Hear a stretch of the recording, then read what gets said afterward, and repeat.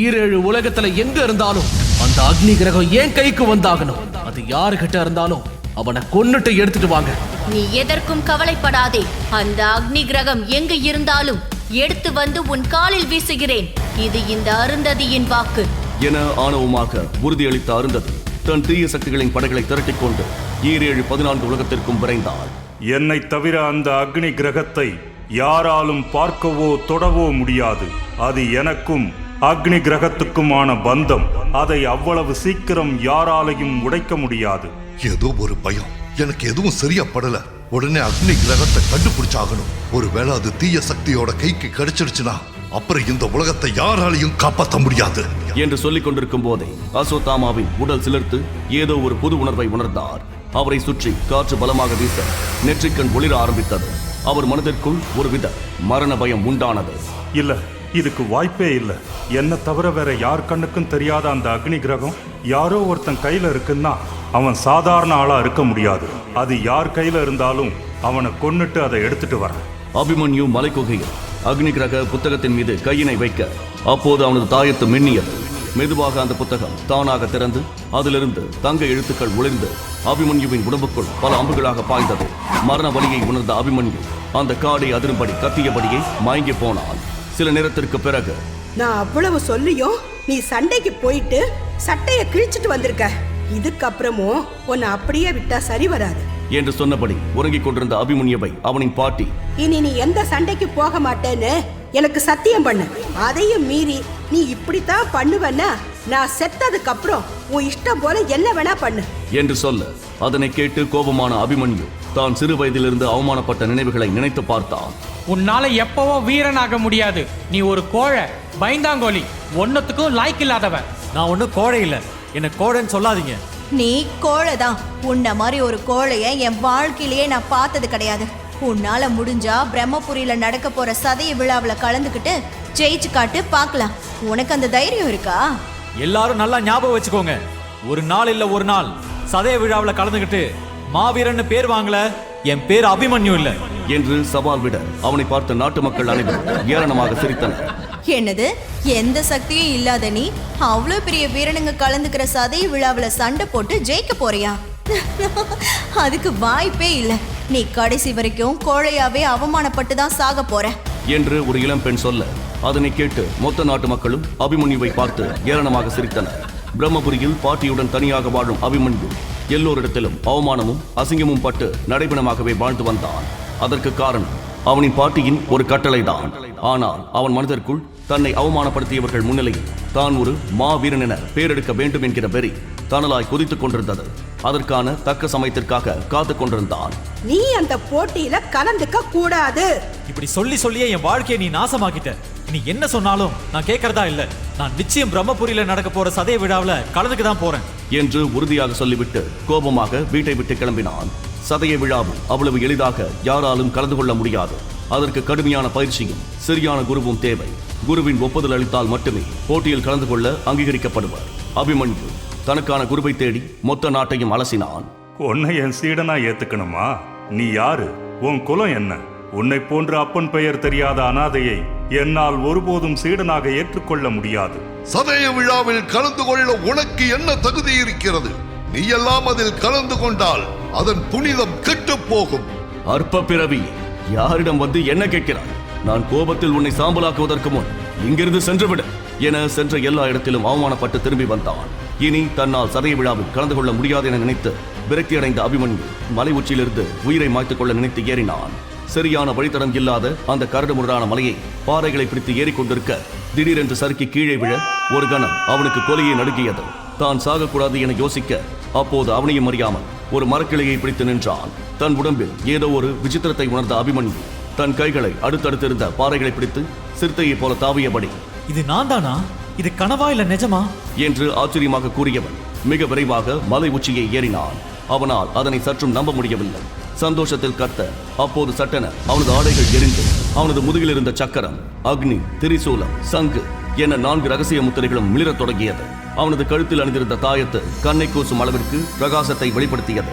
சில நொடிகளில் வலி தாங்க முடியாமல் அங்கேயே சுருண்டு விழுந்தான். அப்போது அவன் தலை திடீரென்று வலித்தது. அவன் தலையை அழுத்தமாக பிடித்துக் கொண்டான். அப்போது அவனுக்கு ஏதோ ஒன்று நினைவிற்கு வந்தது. வேகமாக புரட்டப்பட்ட புத்தகங்கள் அவனுக்கு தோன்றின. அக்னி கிராந்தத்தின் முதல் பக்கத்தில் இருந்த ஓவியம் அவன் மனதில் பளிச்சிட்டது. அந்த ஓவியம் நம் சக்தியை பயன்படுத்தி எப்படி ஆபத்தில் இருந்து தப்பிப்பது என்பதை சொல்லிக் கொடுத்தது. அவனுக்கு மகிழ்ச்சி தாங்கவில்லை. அவன் உற்சாகத்தில் துள்ளி குதித்தான். இது நான் தானா? இது எனக்கு தான் நடக்குதா என்று கத்தினான். பின்னர் அவன் தைரியத்தோடு மலையுச்சியை பார்த்தான். அவனை சுற்றி கூர்மையான பாறைகள் மட்டுமே இருக்கிறது. பாதையே இல்லை. ஆனால் கண்களை மூடிக்கொண்டு கைகளை இறுக்கி பிடித்தான். அவன் உடலில் மின்சாரம் பாய்வதைப் போல இருந்தது. அவனது கால்கள் வேகமாக துடித்தன. வேகமாக பக்கத்தில் இருந்த பாறை மீது தாவினான். அடுத்த பாறை என தாவி தாவி வேகமாக மலையுச்சியை அடைந்தான். இப்போது அவன் மலையுச்சியில் இருக்கும் முகட்டில் இருக்கிறான். மகிழ்ச்சியில் கத்த ஆரம்பித்தான். அப்போது ஒரு பிரகாசமான சக்தி வாய்ந்த மின்னல் அபிமன்யுவை தாக்கியது. அவன் பின்னோக்கி பறந்தான். அவன் உடல் முழுக்க அந்த மின்னல் பாய்ந்தது. அவன் கழுத்தில் தொங்கிய தாயத்து ஒளிரத் தொடங்கியது. அவனது உடைகள் அனைத்தும் நெருப்பு பற்றி கொண்டது. அது கிழிந்தது. அவன் முதுகு பகுதியில் இருந்த உடை முழுதாய் கிழிந்தது. அவன் முதுகில் சக்கரம், அக்னி ஜுவாலை, திரிசூலம் மற்றும் சங்கு என 4 முத்திரைகளும் ஒன்றின் கீழ் ஒன்றாக தோன்றின. அவை 4ம் பிரகாசமாக மின்னின. அபிமன்யுவை தாக்கிய மின்னல் ஒரு சாதாரண மனிதனின் மீது விழுந்திருந்தால் அவன் எரிந்து சாம்பலாகியிருப்பான். ஆனால் மின்னல் அபிமன்யுவை எதுவும் செய்யவில்லை. ஆனால் அவன் உடல் பலவீனமாக இருந்தது. அவனால் அந்த சக்தியை தாங்க முடியவில்லை. அவன் மீண்டும் மயக்கமடைந்தான். சுமார் 3 மணி நேரம் கழித்து அவன் கண்களை திறந்தபோது அவன் ஒரு குடிசையில் இருந்தான். அந்த குடிசையில் தன்னை பார்த்ததும் அவன் அதிர்ச்சி அடைந்தான். ஏனென்றால் அது அவனுடைய வீடு. அவன் உடலை பார்த்தபோது அவன் உடைகள் மாறியிருந்தன. அபிமன்யு முதலில் ஆச்சரியப்பட்டான். பின்னர் அதிர்ச்சி அடைந்தான். அவன் பீதியுடன் பாட்டி பாட்டி என்று கத்த ஆரம்பித்தான். அபிமன்யுவின் அலறல் சத்தத்தை கேட்டு அவன் பாட்டி வேகமாக ஓடி வந்தான். வந்தவுடன் அவர் கையில் இருந்த குச்சியால் தரையில் மாறி மாறி அடித்தார். ஒன்னுக்கும் உதவாதவனே, உனக்கு புத்தியே கிடையாது. ஆனால் ஒரு அடி கூட அவன் மீது விழாமல் பார்த்து கொண்டான். வர வர உன் சேட்டையெல்லாம் அதிகமாகிட்டே போகுது. அதை விட நல்ல சோம்பேறியா மாறிட்ட. ஏதாவது வேலை சொன்னா எங்கேயாவது போய் தூங்குற. எதையாவது பாத்துக்க சொன்னா உடைக்கிற. உன் விளையாட்டு எல்லாம் மீறி போயிட்டு இருக்கு. இப்ப துணியெல்லாம் கிழிச்சிட்டு வந்திருக்க. இப்ப பாரு, உன் பிறந்த நாளுக்கு தச்ச துணிய போட வேண்டியிருக்கு என்று கத்தினான். என்ன பாட்டி, இப்ப துணி இல்லைன்னா என்ன? நான் கிழிஞ்ச துணிய போட்டுக்கிறேன், இல்ல தச்சு போட்டுக்கிறேன் என்று அபிமன்யு கத்தினான். உடனே பாட்டி கண்களில் கவலையுடனும் கோபத்துடனும், இங்க பாரு, நீ எந்த துணிய போட்டாலும் உன் உடம்பு முழுசா மறைக்கிற துணியத்தான் போடணும். முதுகு பக்கம் கிழிஞ்சிருந்தா உனக்கு எப்படி தெரியும்? யாராவது பார்த்துட்டா என்ன? நான் என்ன பொண்ணா? இதுவே என்று அவன் ஏதோ சொல்ல வந்தான். சட்டென வாயை மூடிக்கொண்டான். அவன் பாட்டி முகத்தில் சோகம் தெரிந்தது. அபிமன்யு கேட்கப் போகும் கேள்வி அவளுக்கு தெரிந்தது. அவனும் சோகமானான். அவன் பாட்டியை பார்த்து, சரி சரி, தெரியாம துணியை கிழிச்சிட்டேன், இனிமே பண்ண மாட்டேன் என்றான். பாட்டியின் முகத்தில் இருந்த சோகம் மறைந்தது. சரி பாட்டி, என்ன எப்படி மலையில இருந்து தூக்கிட்டு வந்த என்று கேட்டான். ஆமா, நான் தூக்கிட்டு வர்றேன்.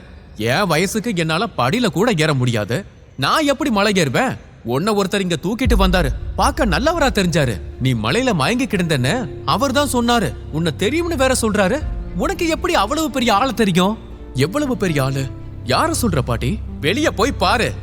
உன்னை பார்க்கத்தான் உட்கார்ந்திருக்காரு. நீ மயக்கத்துல இருந்து எந்திரிச்சாதான் போவேன்னு சொன்னாரு என்றார். அதை கேட்டு அபிமன்யு ஆச்சரியப்பட்டான். அங்கே வெண்தாடியுடன் கண்களை மூடிய நிலையில் ஒரு வயதான முதியவர் அமர்ந்திருந்தார். அவரை பார்த்ததும் அபிமன்யு அதிர்ச்சி அடைந்தான். அக்னி கிராந்தத்தின் உதவியால் புது சக்தியுடன் விழித்தெழுந்தான் அபிமன்யு. மறுபடியும் ஒரு மர்ம சக்தியால் தாக்கப்பட்டு மலையில் கிடந்தான். அவன் மீண்டும் கண் விழிக்கும் போது அவன் வீட்டில் இருந்தான். அவனை ஒரு மர்ம நபர் அழைத்து வந்தார். யார் அந்த வயதான மனிதன்? அபிமன்யுவுக்கு அக்னி சக்தி கிரந்தத்தின் அறிவு எப்படி கிடைத்தது? அந்த தாயத்தின் உள்ளே என்ன ரகசியம் இருக்கிறது? அபிமன்யு தன் பாட்டியிடம் பேசிக் கொண்டிருந்த போது அவனுக்கு திடீரென்று ஏதோ ஞாபகத்திற்கு வந்தது. அவன் பீதியுடன், பாட்டி, என் ஈட்டி எங்க?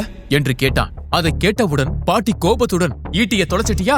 அது உன் அப்பா ஈட்டின்னு எத்தனை தடவை சொல்லியிருக்கேன். அத கூட பாத்துக்க முடியாதா? அது அவரோட ஆயுதம். அதை வச்சு அவர் என்னெல்லாம் பண்ணிருக்காரு தெரியுமா? ஆனா அந்த ஈட்டிய கூட உன்னால பாத்துக்க முடியல என்று கூறினார். கோபத்துடன் தலையை பிடித்துக் கொண்டு உட்கார்ந்தான் அபிமன்யு.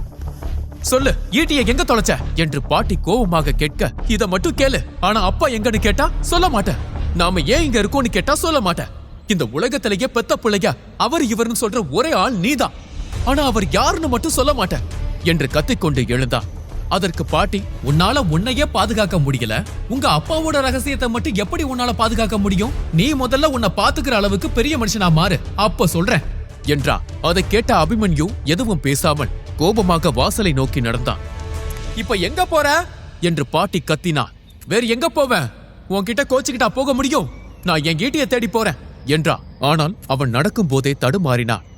அவன் காலில் யாரோ கல்லை கட்டிவிட்டதைப் போல உணர்ந்தான். அடுத்த அடி எடுத்து வைக்க தடுமாறினான். என்ன செஞ்சிட்டு இருக்க என்று அவன் பாட்டி அவன் மீது கை வைக்க அவன் நிலை தடுமாறி தரையில் விழுந்தான். பின்னர் ஒரு வயதான மனிதர் சிரிக்கும் சத்தம் கேட்டது. நீ பலவீனமாக இருக்கிறாய் குழந்தாய், சின்ன அசைவிற்கே விழுந்து விட்டாய் என்றான். உடனே அபிமன்யு எழுந்து நின்று தன்னை நிலைநிறுத்திக் கொண்டு குரல் வந்த திசையை பார்த்தான். தெய்வீக அம்சத்துடன் நீண்ட வெண்தாடியுடன் அமைதியின் உருவமாக நின்றிருந்த தாமாவை இமைக்காமல் பார்த்தான். அவனையும் அறியாமல் அவர் மேல் ஒரு பிணைப்பு உண்டானதை உணர்ந்தான்.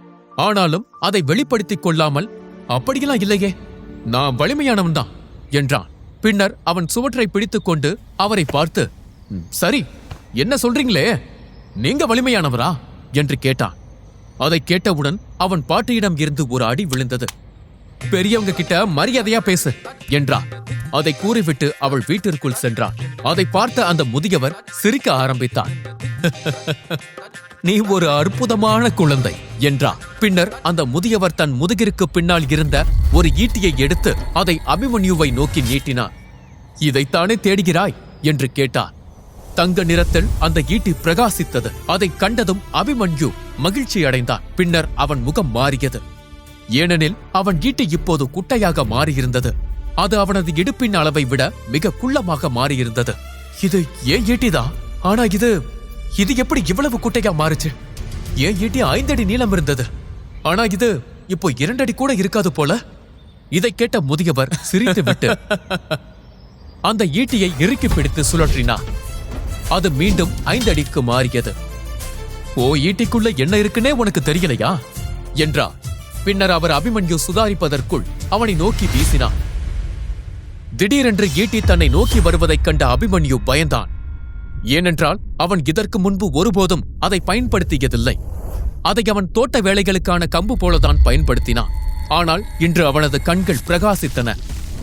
மழையில் நடந்தது அவன் ஞாபகத்திற்கு வந்தது. அவன் வேகமாக பாய்ந்து ஈட்டியை வேகமாக பிடித்து அதை மிக வேகமாக சுழற்றினான். அவன் தன் ஈட்டியை சுழற்றும் போது காற்று கூட உள்ளே வர முடியவில்லை. அவன் ஈட்டியை சுழற்றி ஒரு வீரனைப் போல தரையில் நங்கென்று இறங்கினான். அதைக் கண்ட முதியவர் ஆச்சரியப்பட்டார். இதை எங்கிருந்து கற்றுக்கொண்டார் என்று கேட்டார். உடனே அபிமன்யு, அது ரகசியம், அதெல்லாம் சொல்ல முடியாது என்றான். ஏனெனில் வந்திருப்பது தாமாதான் என அபிமன்யுவிற்கு தெரியும். அக்னி கிரந்தம் அவருக்கு சொந்தமானது. அப்படி இருக்கையில் அதில் இருந்துதான் அதை கற்றுக்கொண்டேன் என்று அவனால் எப்படி சொல்ல முடியும்? என்கிட்ட அவரோட புத்தகம் இருக்குன்னு தெரிஞ்சா இவர் என்ன கொன்னுடுவாரு என்று அபிமன்யு மனதிற்குள் நினைத்துக் கொண்டான். ஆனால் தாமா விடுவதாய் இல்லை. இந்த வித்தை உனக்கு யார் சொல்லிக் கொடுத்தது என்று விடாமல் கேட்டான். உடனே அபிமன்யு, சரி சொல்றேன், என் தாத்தா மிக சிறந்த போர் வீரர். நான் சிறுவனாய் இருக்கும் போதே அவர் எனக்கு இதையெல்லாம் கத்துக் கொடுத்தார். அதோட என்ன சாதாரண பொடியன்னு நினைச்சிடாதீங்க. நான் பிரம்மபுரியிலேயே ரொம்ப இளமையான, திறமையான மற்றும் வலிமையான போர் வீரன் என்றா. அப்படியா என்று தாமா கேட்டா. அப்படித்தான். உங்களை காப்பாத்தினது யார் தெரியுமா? அது இந்த அபிமன்யுதான் என்றதும் உடனே தாமா, நீ எப்ப என்ன காப்பாத்தின? வானத்துல இருந்து விழுந்த என்ன தாங்கி பிடிச்சது என் நண்பன் நரசிம்மன் தானே. நீ அந்த சுற்று வட்டாரத்தில் கூட இல்லையே என்றா. இப்ப புரியுது, உங்களுக்கு வயசாகிடுச்சு, அதான் உங்களுக்கு எதுவும் தெரியல. நல்லா யோசிச்சு பாருங்க. உங்களை நரசிம்மர் காப்பாத்திருக்கலாம். ஆனா அவர் எப்படி அங்க வந்தாரு? எச்சரிக்கை ஜோதியை ஏத்துனதுனால தானே வந்தாரு. எச்சரிக்கை ஜோதியை யார் ஏத்துனது? போய் சந்தையில கேட்டு பாருங்க. மாவீரன் அபிமன்யு தான் அதை செஞ்சான்னு எல்லாரும் சொல்லுவாங்க. நான் மட்டும் நீங்க வானத்துல இருந்து விழுறத பார்த்து ஜோதிய ஒளிர வைக்கலைன்னா நரசிம்மரால மட்டும் இல்ல, யாராலையும் உங்களை காப்பாத்திருக்க முடியாது என்றான். அதை கேட்டதும் தாமா அதிர்ச்சி அடைந்தார். அவர் தனது சாதுரியத்தை பயன்படுத்தி அபிமன்யுவை சோதிக்க முயன்றார். ஆனால் அவரால் அது முடியவில்லை. அதனால் அவர் ஆச்சரியத்துடன் அபிமன்யுவை பார்த்து, சரி, நான் வானத்திலிருந்து விழுந்ததை தரையில் இருந்து நீ எப்படி பார்த்தாய்? 3 சக்கரத்தை திறந்தவனால் மட்டும்தான் அதை செய்ய முடியும் என்று அவர் கேட்க, உடனே அபிமன்யு கோபத்துடன், இங்க பாருங்க, நீங்க ரொம்ப கேள்வி கேட்கறீங்க. நான் தான் சொன்னனே, நான் இந்த பிரம்மபுரியிலேயே வலிமை வாய்ந்த வீரன். என் பார்வை என் ஈட்டியை விட கூர்மையானது. என்னால தூரத்துல இருந்தே தாக்குதலையும் ஆபத்தையும் உணர முடியும். ஏன் அந்த பொண்ணு, அவ பேர் என்ன? அருந்ததி. அவ ஏதோ பண்ணி எல்லார் கண்ணிலையும் மண்ணை தூவின போது கூட எனக்கு ஒண்ணும் ஆகலையே. மத்தவங்க மாறி நான் தரைய பார்த்துட்டு நிக்கல, நான் நிமிந்து போற பார்த்தேன். உங்களுக்கு நம்பிக்கை இல்லையா? ஒரு வெள்ளப்புலி ரெக்கையோட வந்துச்சு. நீங்க நெருப்புல வில்ல உருவாக்குனீங்க. நரசிம்மர் இந்திரபுரிக்கு கேடயம் போட்டாரு. இதெல்லாம் எனக்கு எப்படி தெரியும்? இந்த ஒரு சிப்பாய்ங்க கூட அதை பார்க்கல, நான் தான் பார்த்தேன் என்றான். அபிமன்யு சொன்னதை கேட்க கேட்க தாமாவின் கண்கள் விரிவடைந்தது. அவர் ஆச்சரியத்துடன் அபிமன்யுவை பார்த்தார். ஆனால் அபிமன்யு அவரை பார்த்து, உங்க கேள்வியெல்லாம் முடிஞ்சிருச்சா? நீங்க ஒரு உதவி பண்ணீங்க, நான் ஒரு உதவி பண்ண, எல்லாம் சரியா போச்சு. இனிமே என்ன தொல்லை பண்ணக்கூடாது, என்ன தேடி வரக்கூடாது, சரியா என்று கேட்டான். அதை அவன் சொல்லி முடிக்கும் போது அவன் கழுத்தில் இன்னொரு அறை விழுந்தது. அபிமன்யு வேதனையில் ஆ என கத்தினான். அதை பார்த்து தாமா சிரிக்க ஆரம்பித்தார். அப்போது அபிமன்யுவின் பாட்டி, யாருக்கிட்ட எப்படி பேசணும்னு உனக்கு தெரியாதா? அவர் நம்ம தளபதியோட நண்பர். அது மட்டுமல்ல, அவர் ஒரு சிறந்த போர் வீரரும் கூட. நீ அவரோட வாக்குவாதம் செய்றியா? உனக்கு விளையாட்டு புத்தி அதிகமாயிருச்சு. முதல்ல அவருக்கு தேநீர் எடுத்துக்கொடு என்றான். அபிமன்யு தன் கழுத்தை தடவிக்கொண்டே தேநீரை பரிமாறத் தொடங்கினான். அப்போது அபிமன்யு தன் குரலை தாழ்த்தி கொண்டு, இங்க பாருங்க, எனக்கு நிறைய வேலை இருக்கு. இன்னும் 2 நாள்ல சதய விழாவோட மாவீரர் போட்டி அரங்கேற போகுது. அதுல வெற்றி பெற்றா பெரிய வெகுமதி கிடைக்கும். அதுல நான் பங்கேற்கணும். அதனால தயவு செஞ்சு தேநீரை குடிச்சிட்டு கிளம்புங்க. நான் என் பயிற்சியை துவங்கணும் என்றான். தாமா அவனை பார்த்து, சக்தியை எழுப்பி உனக்கு தாக்க தெரியுமா என்று கேட்டார். தெரியாது. போர் நுட்பம் கத்துக்கிற அளவுக்கு என்கிட்ட பணம் இல்ல. அதை கத்துக்க ஆசிரியர் வைக்கவும் பணம் இல்ல. ஆனா எப்படி தற்காத்துக் கொள்றதுன்னு எனக்கு தெரியும் என்றான். இதை கேட்டதும் தாமா தேநீர் கோப்பையை கீழே வைத்துவிட்டு, சரி வா, நடந்துட்டே பேசலாம் என்றார். பின்னர் அவர் அபிமன்யுவின் பாட்டியை பார்த்து, நான் கிளம்புறமா, உங்க தேநீர் மிகவும் சுவையாக இருந்தது. அது என் காயங்களை ஆற்றியது. நான் மீண்டும் உங்களை சந்திக்க வருவேன் என்றார். ஐயா, என் பேரை ஏதாவது தவறு செஞ்சிருந்தா தயவு செஞ்சு அவனை மன்னிச்சிருங்க என்றார். உடனே அபிமன்யு, பாட்டி, நான் அவரை சந்தைக்கு அழைச்சிட்டு போறேன். அவர் இன்னைக்குதான் பிரம்மபுரிக்கு வந்திருக்காரு. அவருக்கு எதுவும் தெரியாது, நான் அவருக்கு உதவ போறேன் என்றான். அபிமன்யுவின் புத்திசாலித்தனத்தை பார்த்த தாமா பிரமித்தான். சரி, அவரோட போ, ஆனா உதவி செய்யறேன்னு உபத்தனை செய்யாதே என்றார். பின்னர் தாமாவும் அபிமன்யுவும் சந்தையை நோக்கி நடக்கத் தொடங்கினர். நான் உங்ககிட்ட ஒன்னு கேட்கலாமா என்று அபிமன்யு கேட்டான். கேளு, உனக்கு இல்லாத உரிமையா? என்ன இருந்தாலும் நீ ஒரு போர் வீரன். என் உயிரை வேற காப்பாத்திருக்க. நீ என்ன வேணாலும் கேட்கலாம் என்றா. சரி, உங்க பெயர் என்ன? முதியவர் சிரித்துக் கொண்டே, என் பெயர் என்று அவர் யோசித்தார். பெயர் அப்புறம் சொல்றேன். போர்க்களத்துல என்ன எப்படி அழைப்பாங்கன்னு வேணா இப்ப சொல்றேன். போர்க்களத்தில் என்ன வேட்டை புலின்னு அழைப்பாங்க. என்னை கண்டு எதிரிகள் நடுங்குவாங்க. ஏன், உங்க நரசிம்மராலேயே என் வேகத்துக்கு ஈடு கொடுக்க முடியாது. அவர் என்கிட்ட தோற்று கூட போயிருக்கார் என்றா. உடனே அபிமன்யு சிரித்தான். உங்களுக்கு இவ்வளவு போய் ஆகாது. நீங்களாவது நரசிம்மரை தோற்கடிப்பவராவது. நரசிம்மர் சிங்கம், அவரை யாராலும் தோற்கடிக்க முடியாது. நீங்க என்னை விட நிறைய பொய் சொல்றீங்க என்றா. உடனே தாமா, சரி, இப்போதைக்கு அப்படியே வைத்துக்கொள் என்றா. அதை கேட்ட அபிமன்யு சிரித்துக்கொண்டே, அப்படின்னா நான் உங்களை எப்படி அழைக்கட்டும்? புலின்னா இல்ல மூத்த புலின்னா? இல்ல, அது நல்லா இருக்காது, கிழட்டு புலி, இது எப்படி இருக்கு என்று கேட்டான். அதை கேட்ட தாமா முறைத்துக் கொண்டே, உன் பாட்டி சொன்னதை போல உனக்கு விளையாட்டு புத்தி அதிகம்தான். இந்த தாமாவை கிழட்டு புலின்னு அழைக்கிற அளவிற்கு தைரியம் இருக்கா என்றா. ஏன், அழைக்க கூடாதா? அப்படி அழைச்சா உனக்கும் மத்தவங்களுக்கும் என்ன வித்தியாசம் என்ன வித்தியாசம்? ஒரு போர் வீரன்னா என்னன்னு தெரியுமா? தெரியுமே, நல்ல சண்டை போடுறது. இல்லை, தான் கொண்ட தர்மத்தின் பக்கம் நிலையாக நிற்பவன் தான் ஒரு நல்ல போர் வீரன். சரி சரி, உங்க போதனையை நிறுத்துங்க. நான் சொன்னது தப்புதான், என்ன மன்னிச்சிடுங்க. அதற்கட்டும், உங்க நெத்தில எப்படி இவ்வளவு ஆழமான காயம் ஏற்பட்டுச்சு? அதை கேட்டதும் தாமா திடுக்கிட்டார். அவர் கண்கள் சுருங்கின. அவரது உடல் நடுங்கியது. அவரது உடலில் இருந்து ஒரு நெருப்பு சக்தி கிளம்பியது. அதை பார்த்ததும் அபிமன்யு திடுக்கிட்டு பின்வாங்கினான். ஏன் கோவப்படுறீங்க? நான் எதுவும் தப்பா கேட்கல, கொஞ்சம் அமைதியாகுங்க என்றான். அதன் பிறகு தாமா தன்னை நிதானப்படுத்திக் கொண்டு, அபிமன்யு, அது மிகப்பெரிய கதை, அதை பிறகு சொல்கிறேன்.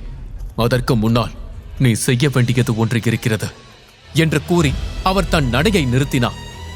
தன் இடது பக்கத்தில் இருந்த கோட்டை வாயிலை கை காட்டினார். அது சத்திரிய மன்றம். அதை கண்டதும் அபிமன்யு திடுக்கிட்டான். நூற்றுக்கணக்கான வீரர்கள் அங்கு வரிசையாக நின்று கொண்டிருந்தனர். அதுதான் மாவீரர் போட்டி நடக்கப் போகும் இடம். அபிமன்யு ஆச்சரியத்துடன், இத்தனை பேரா? இவ்வளவு பேரை தாண்டி நான் எப்படி உள்ள நுழைய முடியும் என்று கேட்டான். அதற்கு தாமா, அதைத்தான் நான் பார்க்க விரும்புகிறேன். நீதான் போர் வீரன் ஆயிற்றே, இத்தனை வீரர்களை தாண்டி நீ உள்ளே நுழைந்து மாவீரன் என்று நிரூபித்து காட்டு என்றார். சத்திரிய மன்றத்தின் வாசலில் காவலாளிகள் கூடியிருப்பதையும் அவர்கள் ஒவ்வொரு ஆளாக விசாரித்து உள்ளே அனுப்புவதையும் அபிமன்யு பார்த்தார். அந்த சமயத்தில் யாரோ அபிமன்யுவை ஒதுக்கி தள்ளினர். கருப்பு உடையணிந்து 15 பேர் கொண்ட குழு வேகமாக முன்னால் வந்தது. உடனே அபிமன்யு, நீங்க என்ன குருடர்களா? ஆள் நிக்கிறது கண்ணுக்கு தெரியலையா என்று கத்தினா. உடனே அந்த கூட்டம் நின்றது. அந்த கூட்டத்தை தலைமை தாங்கிய ஒரு இளம் வீரன் திரும்பி அபிமன்யுவை பார்த்தான். யார்னே? ஆளையும் உடையும் பாரு, பிச்சைக்கார மாதிரி இருந்துட்டு வீரர்கள் இருக்கும் இடத்தில் உனக்கென்ன வேலை என்று கேட்டான். அதை கேட்டு கோபம் கொண்ட அபிமன்யு, நான் அபிமன்யு, பிரம்மபுரியோட வலிமை மிக்க போர் வீரன் என்றான். அப்படியா? மன்னிச்சிடுங்க போர் வீரரே, நாங்க உங்களை பார்க்கல, பார்க்கிற அளவுக்கும் உங்ககிட்ட ஒண்ணும் இல்ல என்று கேலி செய்தான். அபிமன்யுவை ஏளனம் செய்த அவன் பெயர் தரணி. இந்திரபுரியின் சக்தி வாய்ந்த ஒரு படையின் தலைவரான ராஜேந்திரரின் மகன். பிரம்மபுரியின் மாவீரர்களுக்கான போட்டியில் கலந்து கொண்டு முதல் பரிசை தட்டி பறிக்க வேண்டும் என்ற வெறியோடு அவன் வந்திருக்கிறான். தரணி அபிமன்யுவை பார்த்து, முதல் சக்கரத்தையே திறக்காத நீ எல்லாம் போட்டிக்கு வரலாமா என்று கேட்டான். அதற்கு அபிமன்யு, முதல் சக்கரத்தை திறந்தும் கடந்த ஆண்டு போட்டியில தோத்த நீ திரும்ப வரலாமா என்று பதிலுக்கு கேட்டான். அபிமன்யுவின் வார்த்தையை கேட்டு சுற்றி நின்று கொண்டிருந்த மக்கள் சிரிக்க ஆரம்பித்தனர். இதை பார்த்த தரணியின் கோபம் அதிகரித்தது. அவன் தன் ஆட்களை, என்ன வேடிக்கை பார்த்துட்டு நிக்கிறீங்க, அவன் கைகால்களை உடைங்க, அவன் எப்படி போட்டி போடுறான்னு நானும் பார்க்கிறேன் என்றான். கருப்பு உடையணிந்த கூட்டத்தில் இருந்த ஒருவன் அபிமன்யுவை நோக்கி பாய்ந்து வந்தான். அங்கிருந்த அனைவரின் கவனமும் இங்கு திரும்பியது. அங்க பாருங்க, ஒரு சண்டை வர போகுது, இன்னைக்கு நல்ல வேடிக்கை இருக்கு என்று அனைவரும் சிரித்து ஆரவாரம் செய்ய ஆரம்பித்தனர். தாமா ஒதுங்கி நின்று கொண்டான். கண்களில் தீரத்தோடு நிமிர்ந்து பார்த்தான் அபிமன்யு. இனி அவன் எங்கும் எதற்கும் நிற்கப் போவதில்லை. பிரம்மபுரி அதன் காவலனை காணப் போகிறது. ஆட்டம் ஆரம்பம். அபிமன்யுவை அழைத்து வந்த தாமா அவனுடன் உரையாடிக் கொண்டே அவனை பற்றி அறிந்து கொண்டு வந்தான். அவனது பலத்தை சோதிக்க அவனை தனியாக சத்திரிய மன்றத்திற்குள் நுழைய சொன்னான். அக்னி கிரந்தம் அபிமன்யுவிடம் இருப்பதை தாமா அறிந்தால் என்ன நடக்கும்? அபிமன்யுவை தடுக்க தரணி என்ன செய்வான்? அவனுக்கு முன் இன்னும் என்ன சவால்கள் காத்திருக்கின்றன? சத்திரிய மன்றத்திற்குள் எப்படியாவது வந்துவிடு என்று சொல்லிவிட்டு தாமா ஒதுங்கிக் கொண்டான். உள்ளே போன அபிமன்யுவுக்கும் ராஜேந்திரர் மகன் தரணிக்கும் முட்டிக்கொண்டது. அவன் அபிமன்யுவை அடிக்க சொல்லி தன் ஆட்களுக்கு கட்டளையிட்டான். நல்ல வேடிக்கை காத்திருக்கிறது என்று சுற்றியிருந்த அனைவரும் ஆர்வத்துடன் முன்னால் வந்தனர். ராஜேந்திரன் மகன் தரணிக்கிட்டேயே வம்புழுத்திருக்கான் இந்த பொடியன். இன்னைக்கு அவன் கையும் காலும் கண்டிப்பா உடையும். எதுவா இருந்தா என்ன, நமக்கு நேரம் போனா சரி என்று இளைஞர் கூட்டம் சிரித்துக் கொண்டே வேடிக்கை பார்த்தது. இவை அனைத்தையும் தாமா வேடிக்கை பார்த்து கொண்டிருந்தார். அவருக்கு கொஞ்சம் கவலை எட்டி பார்த்தது. அவர் அபிமன்யுவை பார்த்து, உனக்கு உதவி தேவையா என்று கேட்டார். உடனே அபிமன்யு, அதெல்லாம் தேவையில்லை, நான் பாத்துக்கிறேன் என்றான். இவனுக்கு துணிச்சல் அதிகம்தான். எல்லோரும் வேடிக்கை பார்க்கிறார்கள், இருந்தாலும் அவன் தன் கௌரவத்தை விட்டுத்தர மறுக்கிறான். பார்ப்போம் என்ன செய்ய போகிறான் என்று என அவர் தனக்குள் நினைத்துக் கொண்டார். தரணியுடைய கூட்டத்தில் இருந்து கருப்பு உடையணிந்த வீரன் ஒருவன் அபிமன்யுவை தாக்க வந்தான். அபிமன்யு தரையில் ஓங்கி மிதிக்க அவனை தாக்க வந்த வீரன் பின்னால் பறந்தான். என்ன நடக்கிறதென்று யாருக்கும் புரியவில்லை. கீழே விழுந்த வீரன் அவமானத்தோடு எழுந்தான். அவன் முகத்தில் கோபம் நிறைந்திருந்தது. வேகமாக வாளை உருவிக்கொண்டு அபிமன்யுவை நோக்கி ஓடி வந்தான். அவன் வேகமும் வாழ்வீச்சும் அந்த இடத்தை புழுதியும் புயலுமாய் மாற்றியது. புழுதிக்குள் அபிமன்யுவும் அவனை தாக்க வந்த வீரனும் இருந்தனர். உள்ளே என்ன நடக்கிறது என்று யாராலும் பார்க்க முடியவில்லை. அனைவரும் கண்களை சுருக்கி பார்க்க முயன்றனர். புழுதியும் தூசியும் எல்லோரின் பார்வையையும் மறைத்தது. ஆனால் தரையில் ஒரு சிறிய விரிசல் தோன்றியது மட்டும் அனைவருக்கும் தெளிவாக புலப்பட்டது. தரணியுடன் வந்தவர்கள் பெருமிதமாக நின்றனர். இவனால ஒரு அடி கூட தாங்க முடியாது, ஆனாலும் திமிரு மட்டும் மலையளவு இருக்கு என்று அவர்கள் சிரிக்க ஆரம்பித்தனர். அந்த சமயத்தில் கணீர் என்று கூர்மையான சத்தம் எழுந்தது. 2 இரும்புகள் ஒன்றோடு ஒன்று மோதி உருவாகும் சத்தம் அது. அபிமன்யுவின் ஈட்டி அந்த வீரனின் வாளை தடுத்தது. அபிமன்யு தன் ஈட்டியை சுழற்றி ஒரு தாக்கு தாக்கினான். வாளுடன் வந்தவன் வலியுடன் பறந்து போனான். தூரத்தில் இருந்த சுவரில் மோதி கீழே சரிந்தான். புழுதியும் புகையும் மெதுவாக கலைந்தது. கையில் ஈட்டியை பிடித்தபடி மூச்சு இழுத்துக்கொண்டே அபிமன்யு நின்றான். அதை பார்த்த அனைவரும் அதிர்ச்சியில் இருந்தனர்.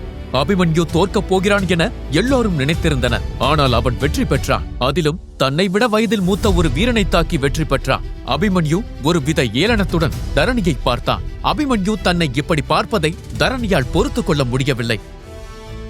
அவன் கோபத்தில் பக்கத்தில் இருந்த ஒருவனின் முதுகில் ஓங்கி அடித்தான். உடனே 2 வீரர்கள் அபிமன்யுவை நோக்கி பாய்ந்தனர். நிலைமை மோசமடைவதைக் கண்ட தாமா உள்ளே புகுந்தான். நிறுத்துங்கள், நிறுத்துங்கள் என்று கத்திக்கொண்டே முன்னால் வந்தார். அவர் அபிமன்யுவின் அருகே வந்து நின்றவர் தரணியை பார்த்து, போதும், நிறுத்துங்கள். இந்த புனிதமான சத்திரிய மன்றத்தை சண்டை கடையாக மாற்றாதீர்கள். போய் அவரவர் வேலையை பாருங்கள். இல்லையென்றால் இந்த வயதானவன் இளைஞர்களுக்கு பாடம் எடுக்க வேண்டியிருக்கும். நான் பாடம் எடுக்க துவங்கினால் எதிரில் நிற்பது யார் என்று பார்க்க மாட்டேன் என்றார். அவர் கடைசி வார்த்தையை கூறும்போது ஒரு மிரட்டல் போல இருந்தது. அது அனைவரையும் பயமுறுத்தியது. அந்த நேரத்தில் காவலாளிகள் அங்கு விரைந்து வந்தனர். அவர்களின் ஒருவரின் இடுப்பு பட்டையில் 2 நட்சத்திரம் தொங்கியது. அவர் தாமாவை பார்த்து, ஐயா, நான் தான் சத்திரிய மன்றத்தின் வெளிப்புற தளபதி. என் பேரு சகாதேவன். இங்கு உங்களை தொந்தரவு செய்யும்படி ஏதாவது நடந்திருந்தா நான் அதுக்கு மன்னிப்பு கேட்டுக்கிறேன் என்றார். தனக்கு முன்னால் நின்றிருக்கும் முதியவர் சாதாரணமான ஆள் இல்லை என்பதை சகாதேவன் ஒரே பார்வையில் புரிந்து கொண்டார். அதனால்தான் அவருக்கு அதிக மரியாதை காட்டினார். தாமா அவரை பார்த்து, பரவாயில்லை, உனக்காவது பெரியவர்களுக்கு எப்படி மரியாதை கொடுக்க வேண்டும் என்று தெரிந்திருக்கிறது. ஆனால் உங்கள் சத்திரிய மன்றத்தில் இவ்வளவு கூச்சலும் குழப்பமும் இருக்கிறது. இதையெல்லாம் கண்டிக்க மாட்டீர்களா என்று கேட்டார். இதை கேட்டவுடன் கோபம் கொண்ட தளபதி சகாதேவன் தரணியையும் அவன் ஆட்களையும் பார்த்து, உங்களுக்கெல்லாம் அறிவு இருக்கா இல்லையா? போட்டி போட வந்த இடத்துல சண்டை போடுறதுதான் மரியாதையா? கொஞ்சமாவது மரியாதையோட நடந்துக்கோங்க, இல்லனா நீங்க யாருன்னெல்லாம் பார்க்க மாட்டேன், போட்டியில இருந்து தூக்கிடுவேன் என்றார். சகாதேவரின் கோபத்தை பார்த்தவுடன் தரணிக்கு வியர்க்க ஆரம்பித்தது. அவன் கொஞ்சம் பீதியுடன், இல்ல, நான் எதுவும் செய்யல, இவனும் இந்த கிழவனும் தான் சண்டைக்கு தொடங்கினாங்க என்றான். வாய மூடு, பெரியவங்க கிட்ட எப்படி நடந்துக்கணும்னு கூட தெரியல. நீ எல்லாம் ஒரு போர் வீரன். நான் தலைவர் ராஜேந்திரனை சந்திக்கணும்னு நினைக்கிறேன். அவர்கிட்ட நிறைய பேசணும். குறிப்பா உன்னை பத்தி. இது இப்படியே தொடர்ந்தா நீ அடுத்த தலைவரா மாறுறது சந்தேகம்தான் என்றார் சகாதேவன். தனது தந்தையின் பெயரை கூறியவுடன் தரணி நடுங்க ஆரம்பித்தான். தான் யார் என்று தெரியாததால் தான் தளபதி தன்னை திட்டுகிறார் என்று அவன் நினைத்துக் கொண்டிருந்தான். ஆனால் அவன் யார் என்று தெரிந்துதான் அவர் திட்டியிருக்கிறார். அதனால் இது மேலும் பெரிதாக வேண்டாம் என்று தரணி நினைத்தான். அதனால் விருப்பமே இல்லை என்றாலும் தாமாவை பார்த்து பயபக்தியுடன், என்ன மன்னிச்சிடுங்க, இனிமேல் இப்படி தவறு செய்ய மாட்டோம் என மன்னிப்பு கேட்டான். சகாதேவன் அவனை பார்த்து, போதும் போதும், உன் மன்னிப்பெல்லாம் குரு கடிதம் கொண்டு வந்திருக்கியா என்று கேட்டான். தரணி ஒரு கடிதத்தை கொடுத்தான். அதை வாங்கிக் கொண்டு சகாதேவர் அங்கிருந்த கூட்டத்தை பார்த்தான். பதிவு செய்வதற்கான நேரம் முடிந்துவிட்டது. மீதமுள்ளவர்கள் 6 மாதங்கள் காத்திருங்கள். அதை நினைத்து சோர்வடையாதீர்கள். இன்னும் வேகமாக இயங்குங்கள் என்றார். தளபதியின் வார்த்தைகளை கேட்டு அனைத்து வீரர்களும் ஏமாற்றமடைந்தனர். அவர்கள் தங்கள் வீடுகளுக்கு திரும்பத் தொடங்கினர். உடனே அபிமன்யு தைரியத்தோடு சகாதேவனை பார்த்து, தளபதி வணக்கம், என் பெயர் அபிமன்யு. நானும் இந்த போட்டியில் பங்கேற்க விரும்புகிறேன். தயவு செஞ்சு என் பெயரையும் எழுதிக்கோங்க என்றான். சகாதேவன் ஒரு கணம் தாமாவை பார்த்தார். பின்னர் அபிமன்யுவை நோக்கி, சரி, உன் கடிதத்தை எடு என்றார். அபிமன்யு தயக்கத்துடன், இல்ல, எனக்கு குரு இல்ல என்றார். சகாதேவனுக்கு ஒரு கணம் என்ன பேசுவது என்று தெரியவில்லை. அவர் அபிமன்யுவை தயக்கத்துடன் பார்த்து, என்ன மன்னிச்சிடு அபிமன்யு, குரு கடிதம் கண்டிப்பா கொண்டு வரணும். இது அரசருடைய உத்தரவு. சமீபத்துல பிரம்மபுரியில நிறைய அசம்பாவிதங்கள் நடந்திருக்கு. அதனால குரு கடிதம் இல்லாம யாரையும் அனுமதிக்க முடியாது. அவரது வார்த்தைகளை கேட்ட அபிமன்யுவின் முகம் சுருங்கி போனது. அவன் ஏமாற்றத்துடன் தலைகுனிந்து நடக்க ஆரம்பித்தான். அதே நேரத்தில் அவன் காதில் ஒரு குரல் விழுந்தது. நான் தான் அபிமன்யுவின் குரு. என் பெயர் ஆச்சாரிய தாமா. உங்கள் அரச காவலர்கள் என் நண்பர்கள். என் மீது உங்களுக்கு ஏதாவது சந்தேகம் இருந்தால் நீங்கள் அவர்களிடம் என்னை பற்றி கேட்டு தெரிந்து கொள்ளலாம். இதோ என் ராஜ முத்திரை. இதை வைத்துக்கொண்டு அவனை சேர்த்துக் கொள்ளுங்கள் என்றார். பின்னர் தாமா தனது கையை நீட்டினார். அவர் உள்ளங்கையில் வட்ட வடிவில் சக்கரம் போல முத்திரை இருந்தது. அதை பார்த்த தளபதி சில நொடிகள் ஆச்சரியத்தில் நின்றார். ஐயா, நான் உங்களை இதுக்கு முன்னாடி பார்த்ததில்ல. நீங்க எந்த பதவியில இருக்கீங்கன்னு தெரிஞ்சுக்கலாமா என்றதும் அதற்கு தாமா, நீங்கள் என் முத்திரையை சரியாக பார்க்கவில்லை என்று நினைக்கிறேன். இது அரச குடும்பத்தினரால் குறிப்பிட்ட நபர்களுக்கு மட்டும் வழங்கப்படும் ரகசிய முத்திரை. தெரியவில்லை என்றால் உங்கள் மேல் அதிகாரிகளிடம் கேட்டு தெரிந்து கொள்ளுங்கள் என்றார். உடனே சகாதேவன், ஐயா, என்ன மன்னிக்கணும். இந்த முத்திரையை இப்ப எல்லாம் அடிக்கடி பார்க்க முடியறதில்ல. உண்மையை சொல்லணும்னா என் ஒட்டுமொத்த வாழ்க்கையில இந்த முத்திரையை நான் 2 முறை தான் பார்த்திருக்கேன். அதனால என்ன தவறாக நினைக்க வேண்டாம். உடனே தாமா, சரி, உங்கள் பேச்சை நான் நம்புகிறேன். முதலில் எனக்கு ஒரு துண்டு காகிதத்தை கொடுங்கள். நானே கடிதம் எழுதி தருகிறேன். புது புது விதிகள் எல்லாம் போடப்படுகிறது. இந்திரபுரியில் என்ன நடக்கிறது என்றே புரியவில்லை என்றார். அதன் பிறகு சகாதேவன் கையசைக்க ஒரு சிப்பாய் வேகமாக ஓடி வந்தான். அவன் மரியாதையுடன் தாமாவை வணங்கி காகிதத்தை கொடுத்தான். தாமா அதை வாங்கி தன் முத்திரையை அதில் ஆழமாக பதித்தான். அந்த முத்திரை காகிதத்தில் படிந்ததும் முன்பை விட இன்னும் பிரம்மாண்டமாக தெரிந்தது. அதை பார்த்தவுடன் சகாதேவன் தாமாவின் காலில் விழப்போனார். தாமா தடுத்து நிறுத்தி மெதுவாக, தளபதி, என்ன செய்கிறீர்கள்? இதெல்லாம் வேண்டாம். நான் யார் என்று இங்க இருக்கும் யாருக்கும் தெரியாது, குறிப்பாக அபிமன்யுவிற்கு. அதனால் என் அடையாளத்தை அவனிடம் காட்டிக் கொடுத்து விடாதீர்கள் என்று கூறினார். சகாதேவர் வேகமாக தலையாட்டினார். பின்னர் தாமா அபிமன்யுவை பார்த்து புன்னகையுடன், உனது பெயர் பதிவு செய்யப்பட்டு விட்டது. அதற்கான ஒப்புதல் கடிதத்தை வாங்கிக்கொள். நாளை சரியான நேரத்தில் போட்டிக்கு வந்து சேரு, அன்பு மித்ரா என்றார். அதை கேட்டவுடன் தளபதி சகாதேவன் வாயை பிளந்தார். தாமா இந்த சிறுவனை நண்பன் என்று அழைக்கிறாரா என்று ஆச்சரியப்பட்டான். கடிதத்தை வாங்கிக் கொண்டு அபிமன்யு துள்ளி குதித்தார். மித்ராவா, நீங்க உண்மையிலேயே எனக்கு நண்பனா இருக்க விரும்புறீங்களா?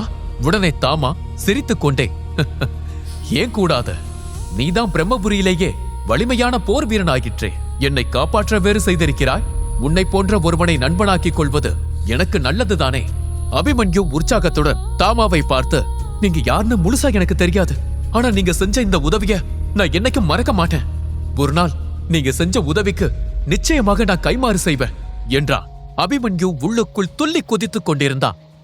பின்னர் தாமா அவனை பார்த்து, அபிமன்யு, ஒன்றை மட்டும் மனதில் வைத்துக்கொள். நாம் நண்பர்கள்தான். ஆனால் அதை நீ வேறு யாரிடமும் சொல்லக்கூடாது என்றான். அபிமன்யு சிறிது நேரம் யோசித்துவிட்டு, சரி, நான் சொல்ல மாட்டேன். ஆனா நீங்களும் வேட்டை புலின்னு கதை விடாதீங்க. உங்க பெயர் ஆச்சாரிய தாமா தானே? நான் உங்களை எப்படி கூப்பிடட்டும்? தாமானு கூப்பிடவா என்றான். தாமா சிரித்தான்.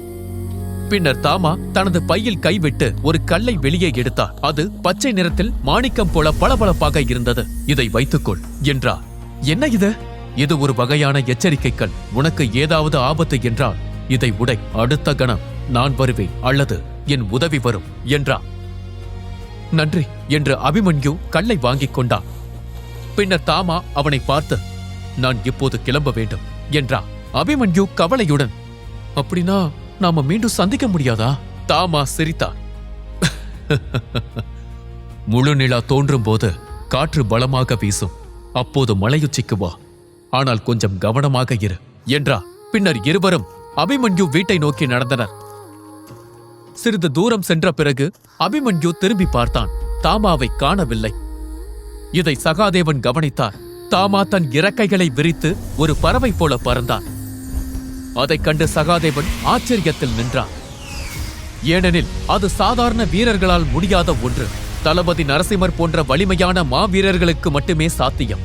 யார் இந்த முதியவர் என்று சகாதேவன் உள்ளுக்குள் ஆச்சரியப்பட்டான்.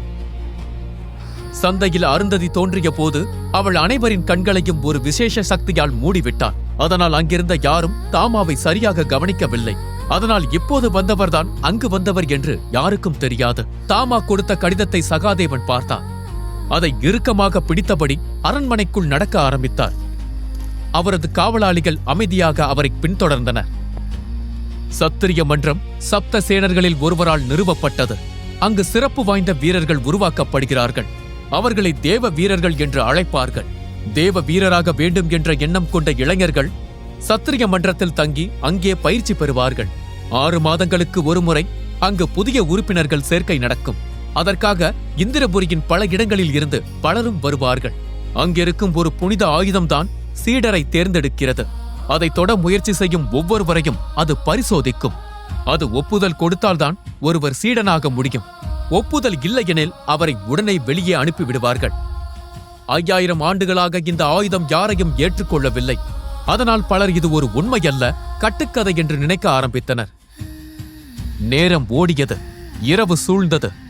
அபிமன்யு வீட்டில் படுத்தபடி ஆழமாக யோசித்துக் கொண்டிருந்தான். அப்போது திடீரென காற்று பலமாக வீசியது. அபிமன்யு பாய்ந்து எழுந்து வெளியில் வந்து வானத்தை பார்த்தான். முழு சந்திரன் அந்த இரவை ஒளியால் நிரப்பியிருந்தது. அவன் முகத்தில் உடனே மகிழ்ச்சி பரவியது. அவன் வேகமாக மலையுச்சியை நோக்கி ஓடினான். பாறைகள், கற்கள் என எதையும் பொருட்படுத்தாமல் அவன் மேலே ஏறி உச்சியில் வந்து நின்றான். சுற்றிலும் பார்த்தான். எதுவும் இல்லை. அந்த இடம் முற்றிலும் அமைதியாக இருந்தது. யாரை தேடுகிறாய் என்று ஒரு உரத்த குரல் கேட்டது. அபிமன்யு வேகமாக திரும்பி பார்த்தான். சிவப்பு நிற ஆடை அணிந்த தாமா அங்கே நின்றிருந்தார். அவரின் நெற்றியில் இருந்த அதே காயம் தெளிவாக தெரிந்தது. அபிமன்யு சிரித்தபடி, பரவாயில்லையே, சொன்ன வார்த்தையை காப்பாத்திட்டீங்க, சொன்னபடியே வந்துட்டீங்க என்றான். பின்னர் இருவரும் நடந்து சென்று ஒரு பெரிய பாறையில் அமர்ந்தனர். தாமா அவனை பார்த்து, அபிமன்யு, நான் உன்னிடம் ஒன்று கேட்கலாமா? கேளுங்கள் என்றான் அபிமன்யு. உன் உடலில் இருக்கும் முத்திரைகள் அதெல்லாம் நீயே வரைந்து கொண்டதா அல்லது நீ பிறந்ததில் இருந்தே இருக்கிறதா என்று கேட்டா. இது எப்படி வந்ததெல்லாம் எனக்கு தெரியாது. ஆனா எனக்கு நினைவு தெரிஞ்சதுல இருந்து இது இருக்கு. என் பாட்டிக்கிட்ட கேட்டா இது என் அம்மா கொடுத்த ஒரே சொத்து மட்டும்தான் சொல்லுவாங்க. அப்புறம் இந்த ஈட்டி என் அப்பா கொடுத்தது. இந்த இரண்டும் தான் எனக்கு இருக்கிற சொத்து என்றான். இதை பற்றி நீ யாரிடமாவது கேட்டாயா? என் பாட்டி தான் இத பத்தி யார்கிட்டையும் பேசக்கூடாதுன்னு சொல்லிருக்காங்க. நான் கொஞ்சம் சிறப்பு வாய்ந்தவனா, இத நான் காட்டக்கூடாதுன்னு என் பாட்டி உத்தரவு போட்டிருக்காங்க. என் பாட்டிக்கு பிறகு உங்களுக்கு மட்டும்தான் இது தெரியும். அதனால யார்கிட்டையும் இதை சொல்லிடாதீங்க. ஏன்னா எனக்கு இருக்க ஒரே நண்பர் நீங்க தான். உங்களை நான் இழக்க விரும்பல என்றான். இதை கூறும்போது அவன் முகத்தில் ஒரு சோகம் தெரிந்தது. ஆனால் அது சில நொடிகளில் மறைந்தது. உடனே தாமா அவனை பார்த்து, சரி, அதை விடு. நான் உனக்கு ஒன்றை கூற வேண்டும். நீ உன் சக்கரங்களை எழுப்ப வேண்டும். அப்போதுதான் உன்னால் போதுமான வலிமையை பெற முடியும். 7 சக்கரங்களை எழுப்புவதற்கு முன்பு பெரிய சண்டை எதிலும் தலையிடக்கூடாது. தலையிட மாட்டேன் என்று எனக்கு சத்தியம் செய்து கொடு என்று கேட்டா. அபிமன்யு ஒரு கணம் யோசித்தான். பின்னர் தாமாவை பார்த்து, சரி, சத்தியமா நான் தேவையில்லாத சண்டையில ஈடுபட மாட்டேன். ஆனா உங்க உயிருக்கு ஒரு ஆபத்துனா அது எப்படிப்பட்ட ஆபத்தா இருந்தாலும் நான் கவலைப்பட மாட்டேன், களத்துல குதிப்பேன் என்றான். அதை கேட்டவுடன் தாமாவிற்கு சிரிப்புதான் வந்தது. அவரால் வேறு எதுவும் கூற முடியவில்லை. சிறிது நேரம் கழித்து தாமா அபிமன்யுவை பார்த்து, அபிமன்யு, நாளைக்கு நடக்கப் போகும் போட்டியில் 1000த்திற்கும் மேற்பட்ட வீரர்கள் கலந்து கொள்வார்கள். அதில் பலர் தங்கள் முதல் சக்கரத்தை எழுப்பியவராக இருப்பார்கள். சிலர் 2வது சக்கரத்தை கூட எழுப்பியிருப்பார்கள். அதனால் நீ இதில் வெற்றி பெற வேண்டும் என்றால் நீயும் உன் முதல் சக்கரத்தை எழுப்ப வேண்டும். அதைவிட முக்கியமான விஷயம், நீ போட்டியில் பங்கேற்கும் போது உன் தாயத்தை கழட்ட வேண்டும் என்றார். அதை கேட்ட அபிமன்யு அதிர்ச்சி அடைந்தான். இல்லை, இதை என்னால கழட்ட முடியாது. இதுதான் என்ன பாதுகாக்கும் கேடயம்னு என் பாட்டி சொல்லியிருக்காங்க என்றா. உடனே தாமா, அபிமன்யு, இந்த தாயத்து தான் உன் சக்திகளை அடக்குகிறது. அதை நீ கழட்டினால்தான் உன் சக்திகள் விடுவிக்கப்படும் என்றவர் அவன் அருகே சென்று தாயத்தை கழட்ட முயன்றார். தாயத்தில் என்ன ரகசியம் இருக்கிறது? அது உண்மையில் அபிமன்யுவின் சக்தியை அடக்குகிறதா? அபிமன்யு அதை கழற்றினால் எப்படி மாறுவான்? அவன் பெற்றோருக்கு என்ன ஆனது? அவன் ஏன் பாட்டியுடன் மட்டும் வாழ்கிறான்? அவனுடைய உடலில் இருக்கும் அந்த அடையாளங்கள் எந்த உண்மையை மறைக்கின்றன? மேலும் தெரிந்து கொள்ள இந்திரஜித் தி டிவைன் வாரியர் உங்கள் பாக்கெட் எஃப்எம்மில்.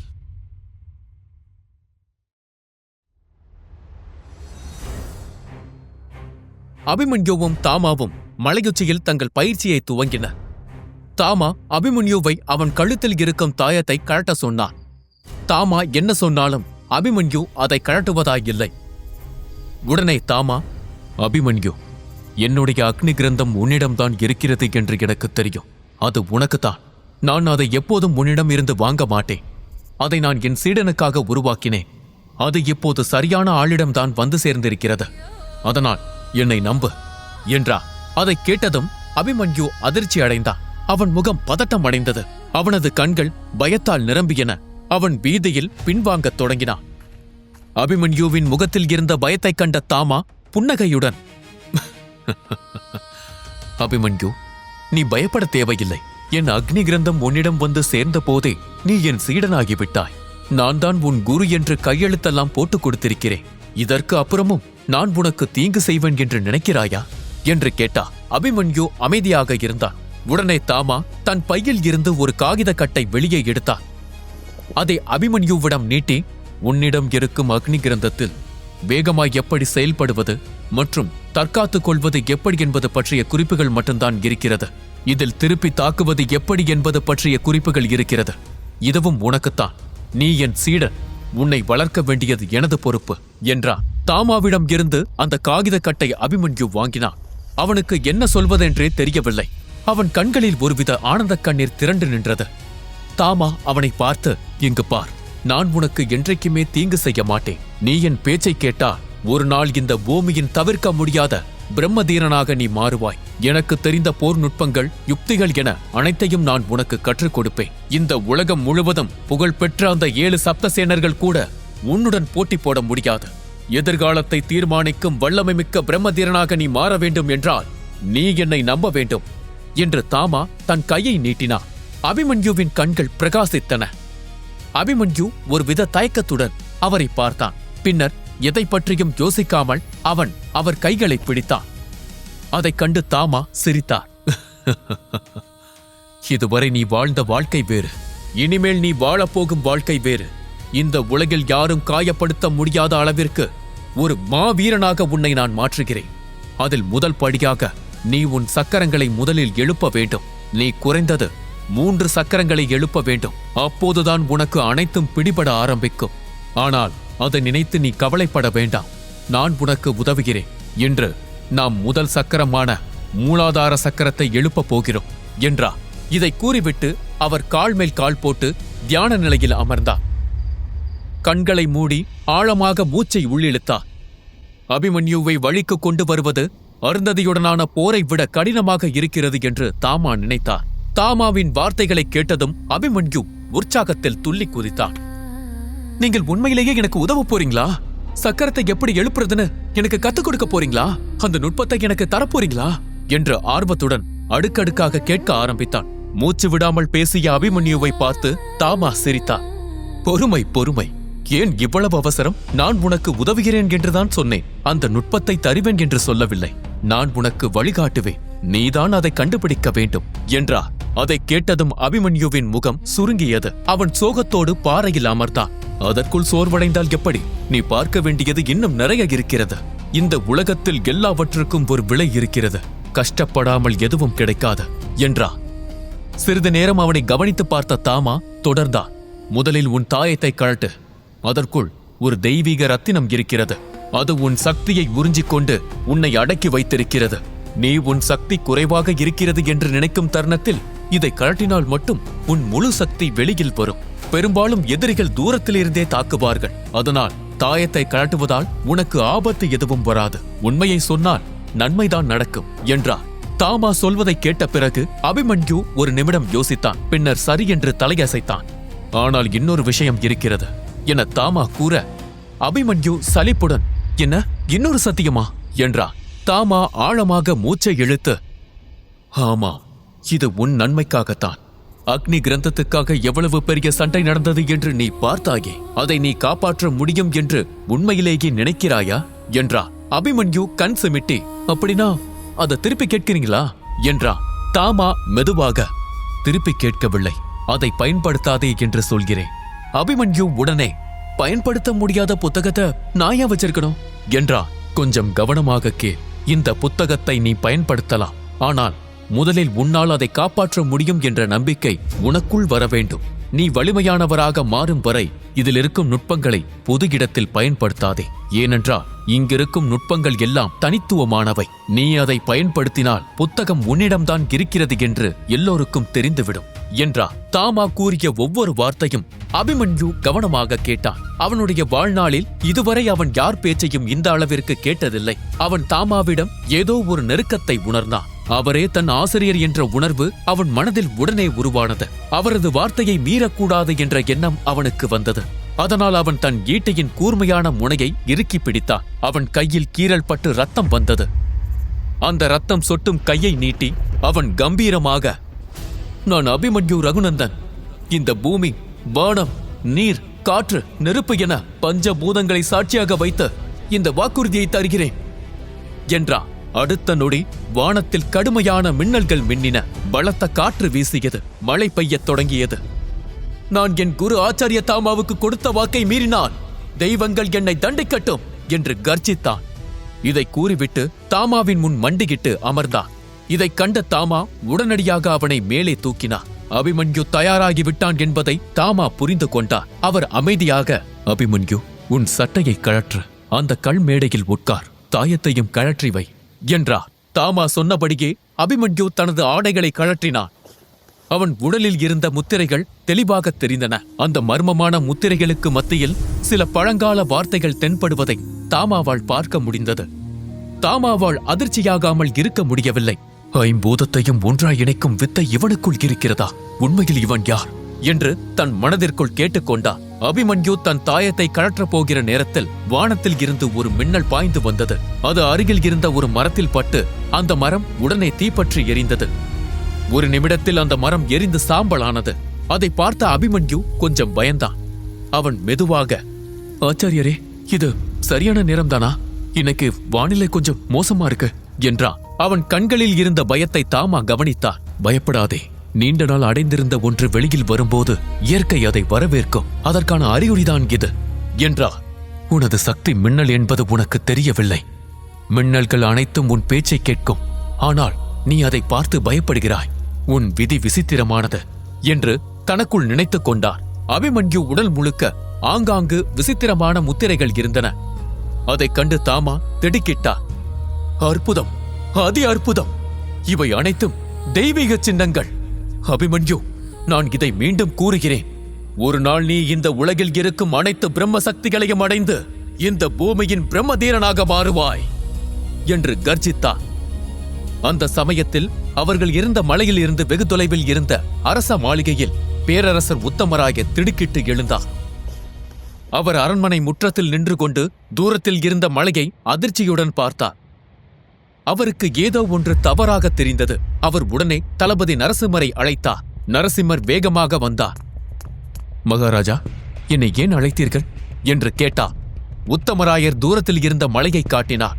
அங்கு மின்னலும் இடியும் மாறி மாறி வெடித்தது. பலத்த காற்று வீசியது. பேய் மழை பொழிந்தது.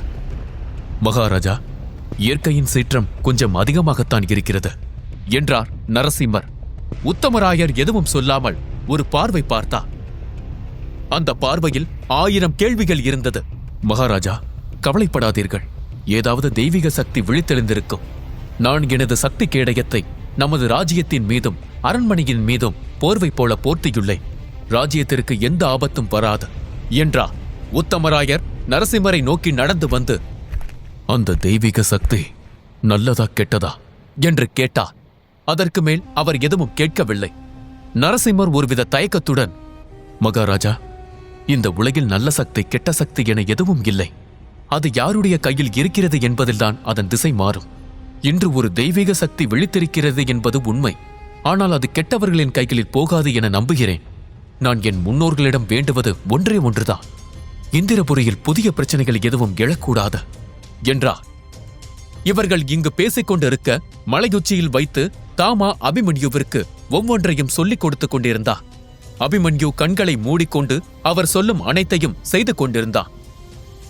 அபிமன்யு இதற்கு முன்பு ஒரே இடத்தில் இவ்வளவு நேரம் இருந்ததில்லை. தூங்கும் நேரத்தை தவிர அவன் அமைதியாய் இருக்கும் நேரம் மிக குறைவு. ஆனால் இன்று அவன் பயபக்தியுடன் குருவின் போதனைகளை கேட்டுக்கொண்டிருந்தான். தாமாவின் ஒரு கை அபிமன்யுவின் தலையில் இருந்தது. அவரது கையில் இருந்து சூரிய ஒளி போல மஞ்சள் ஒளி ஒன்று மெதுவாக வெளியேறியது. அது அபிமன்யுவின் தலைக்குள் ஊடுருவியது. அபிமன்யுவின் உதடுகள் தாமா சொல்லிக் கொடுத்த மந்திரத்தை உச்சரிக்க தொடங்கியது. அபிமன்யு மந்திரத்தை உச்சரிக்க கொட்டும் மழை ஒரு நொடி நின்று பெய்தது. அவனை சுற்றி சிதறி கிடந்த ஒளியெல்லாம் அவனை நோக்கி வரத் துவங்கியது. மின்மினி பூச்சிகள் சிலை மீது அமர்வதைப் போல அவனது உடல் முழுக்க ஒளிப்புள்ளிகளாக இருந்தது. அவன் ஒரு மனித மின்மினி பூச்சி போல இருந்தான். அவன் உடலில் இருந்த எண்ணற்ற முத்திரைகளில் ஒரு முத்திரை ஒளிரத் தொடங்கியது. அது ஆகாயத்தை குறிக்கும் முத்திரை.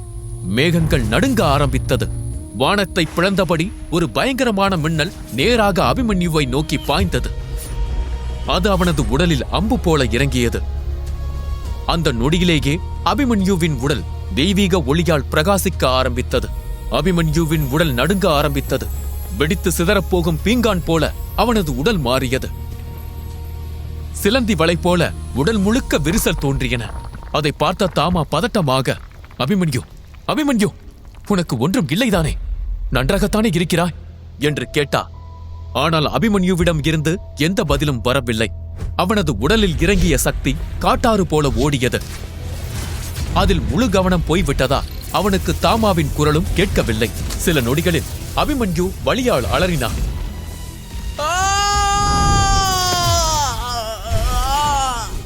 என்று தாங்க முடியாமல் கத்தினான்.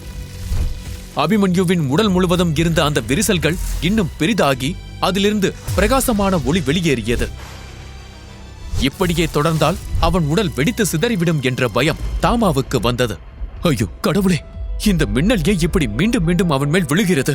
இந்த அப்பாவி குழந்தை கொல்லப்பட வேண்டும் என்று தெய்வங்கள் விரும்புகின்றனவா என்று அவர் பயந்தார். ஆனால் அபிமன்யுவின் உடல் இன்னும் பிரகாசமாக மாறிக்கொண்டே இருந்தது. மின்னல்கள் தொடர்ந்து அவன் உடலில் இறங்கின. அதே நேரத்தில் வெகு தொலைவில் இருந்த அரண்மனையில் உத்தமராயரும் நரசிம்மரும் வானத்தை பார்த்தபடி நடந்ததை கவனித்துக் கொண்டிருந்தனர். நரசிம்மரே, என்ன நடக்குது என்று உத்தமராயர் கேட்டார். மகாராஜா, யாரோ மின்னலின் சக்தியை வரவழைத்திருக்கிறார்கள் என்றார். இந்த அளவிற்கு மின்னல்களை வரவழைப்பது யார்? ஏதோ பேரழிவு போல இருக்கிறது. அங்கு என்ன நடக்கிறது என்பதை தெரிந்து கொள்ள வேண்டும் என்றார் உத்தமராயர். அரசே, நான் இப்போது அங்கு சென்றால் அரண்மனையை பாதுகாக்க ஆள் இருக்க மாட்டார்கள். நீங்கள் அதை பற்றி அதிகம் யோசிக்காதீர்கள். காற்றும் மழையும் கோரதாண்டமும் ஆடுகிறது. அனைத்தும் அடங்கட்டும், நானே நேரில் சென்று பார்க்கிறேன் என்றார் நரசிம்மர். இதற்கிடையில் மலையுச்சியில் இருந்த அபிமன்யுவின் நிலை மோசமடைய ஆரம்பித்தது. அபிமன்யு, கவனமாக கேள். இப்போது உன் உடலில் கூடி கிடக்கும் சக்தியை நீயே அடக்க வேண்டும். அந்த சக்தியை உன் முதல் சக்கரத்துக்குள் அனுப்பு. அதை எழுப்ப முயற்சி செய். இந்த சக்தி இப்போது உன்னுடையது. நீ சொல்லும் கட்டளையை அது கேட்கும்.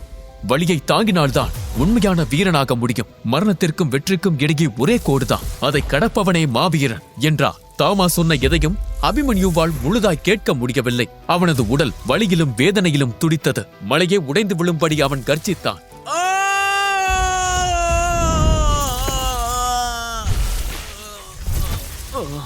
என்று முழங்கிக் கொண்டே அவன் மயங்கி கீழே விழுந்தான்.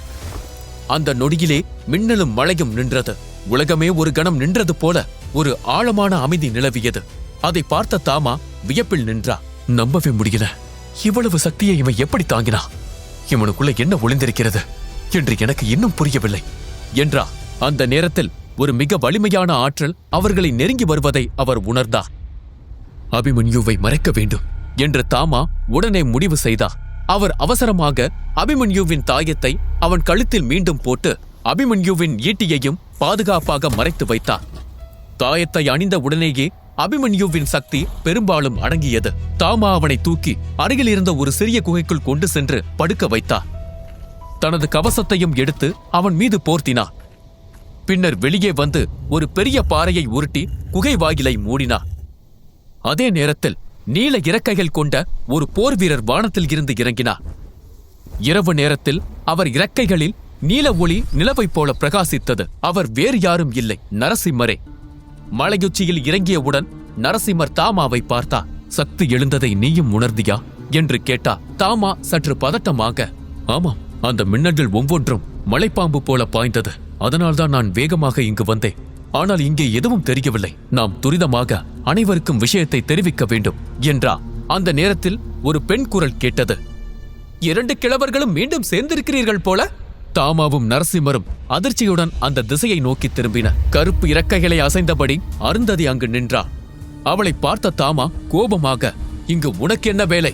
திசை மறந்து விட்டதா, இல்லை திமிரா என்று கேட்டார். அருந்ததி சிரித்தபடி, இந்த திசை என்னுடையதில்லை. அது சரி, ஆனால் இது உங்களுடையதும் இல்லை. நீங்கள் வரலாம், நான் வரக்கூடாதா என்று சொன்னார். இதை கேட்ட தாமா கோபத்தில், என்னிடம் திமிரு காட்டுற தைரியம் உனக்கெப்படி வந்தது?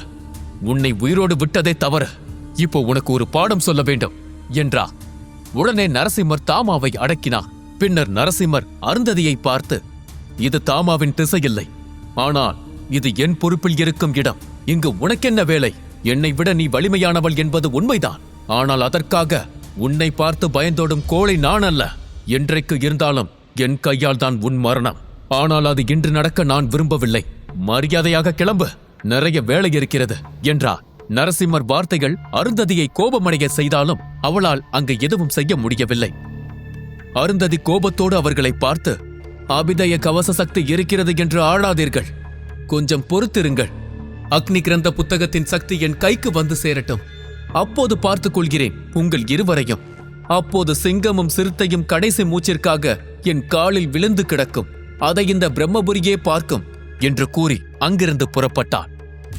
அவள் சென்றதும் நரசிம்மர் பெருமூச்சு விட்டு, அபிதய கவச சக்தியை அந்த மாவீரர் மட்டும் நமக்கு தரவில்லை என்றோ நம் கதை முடிந்திருக்கும் என்றார்.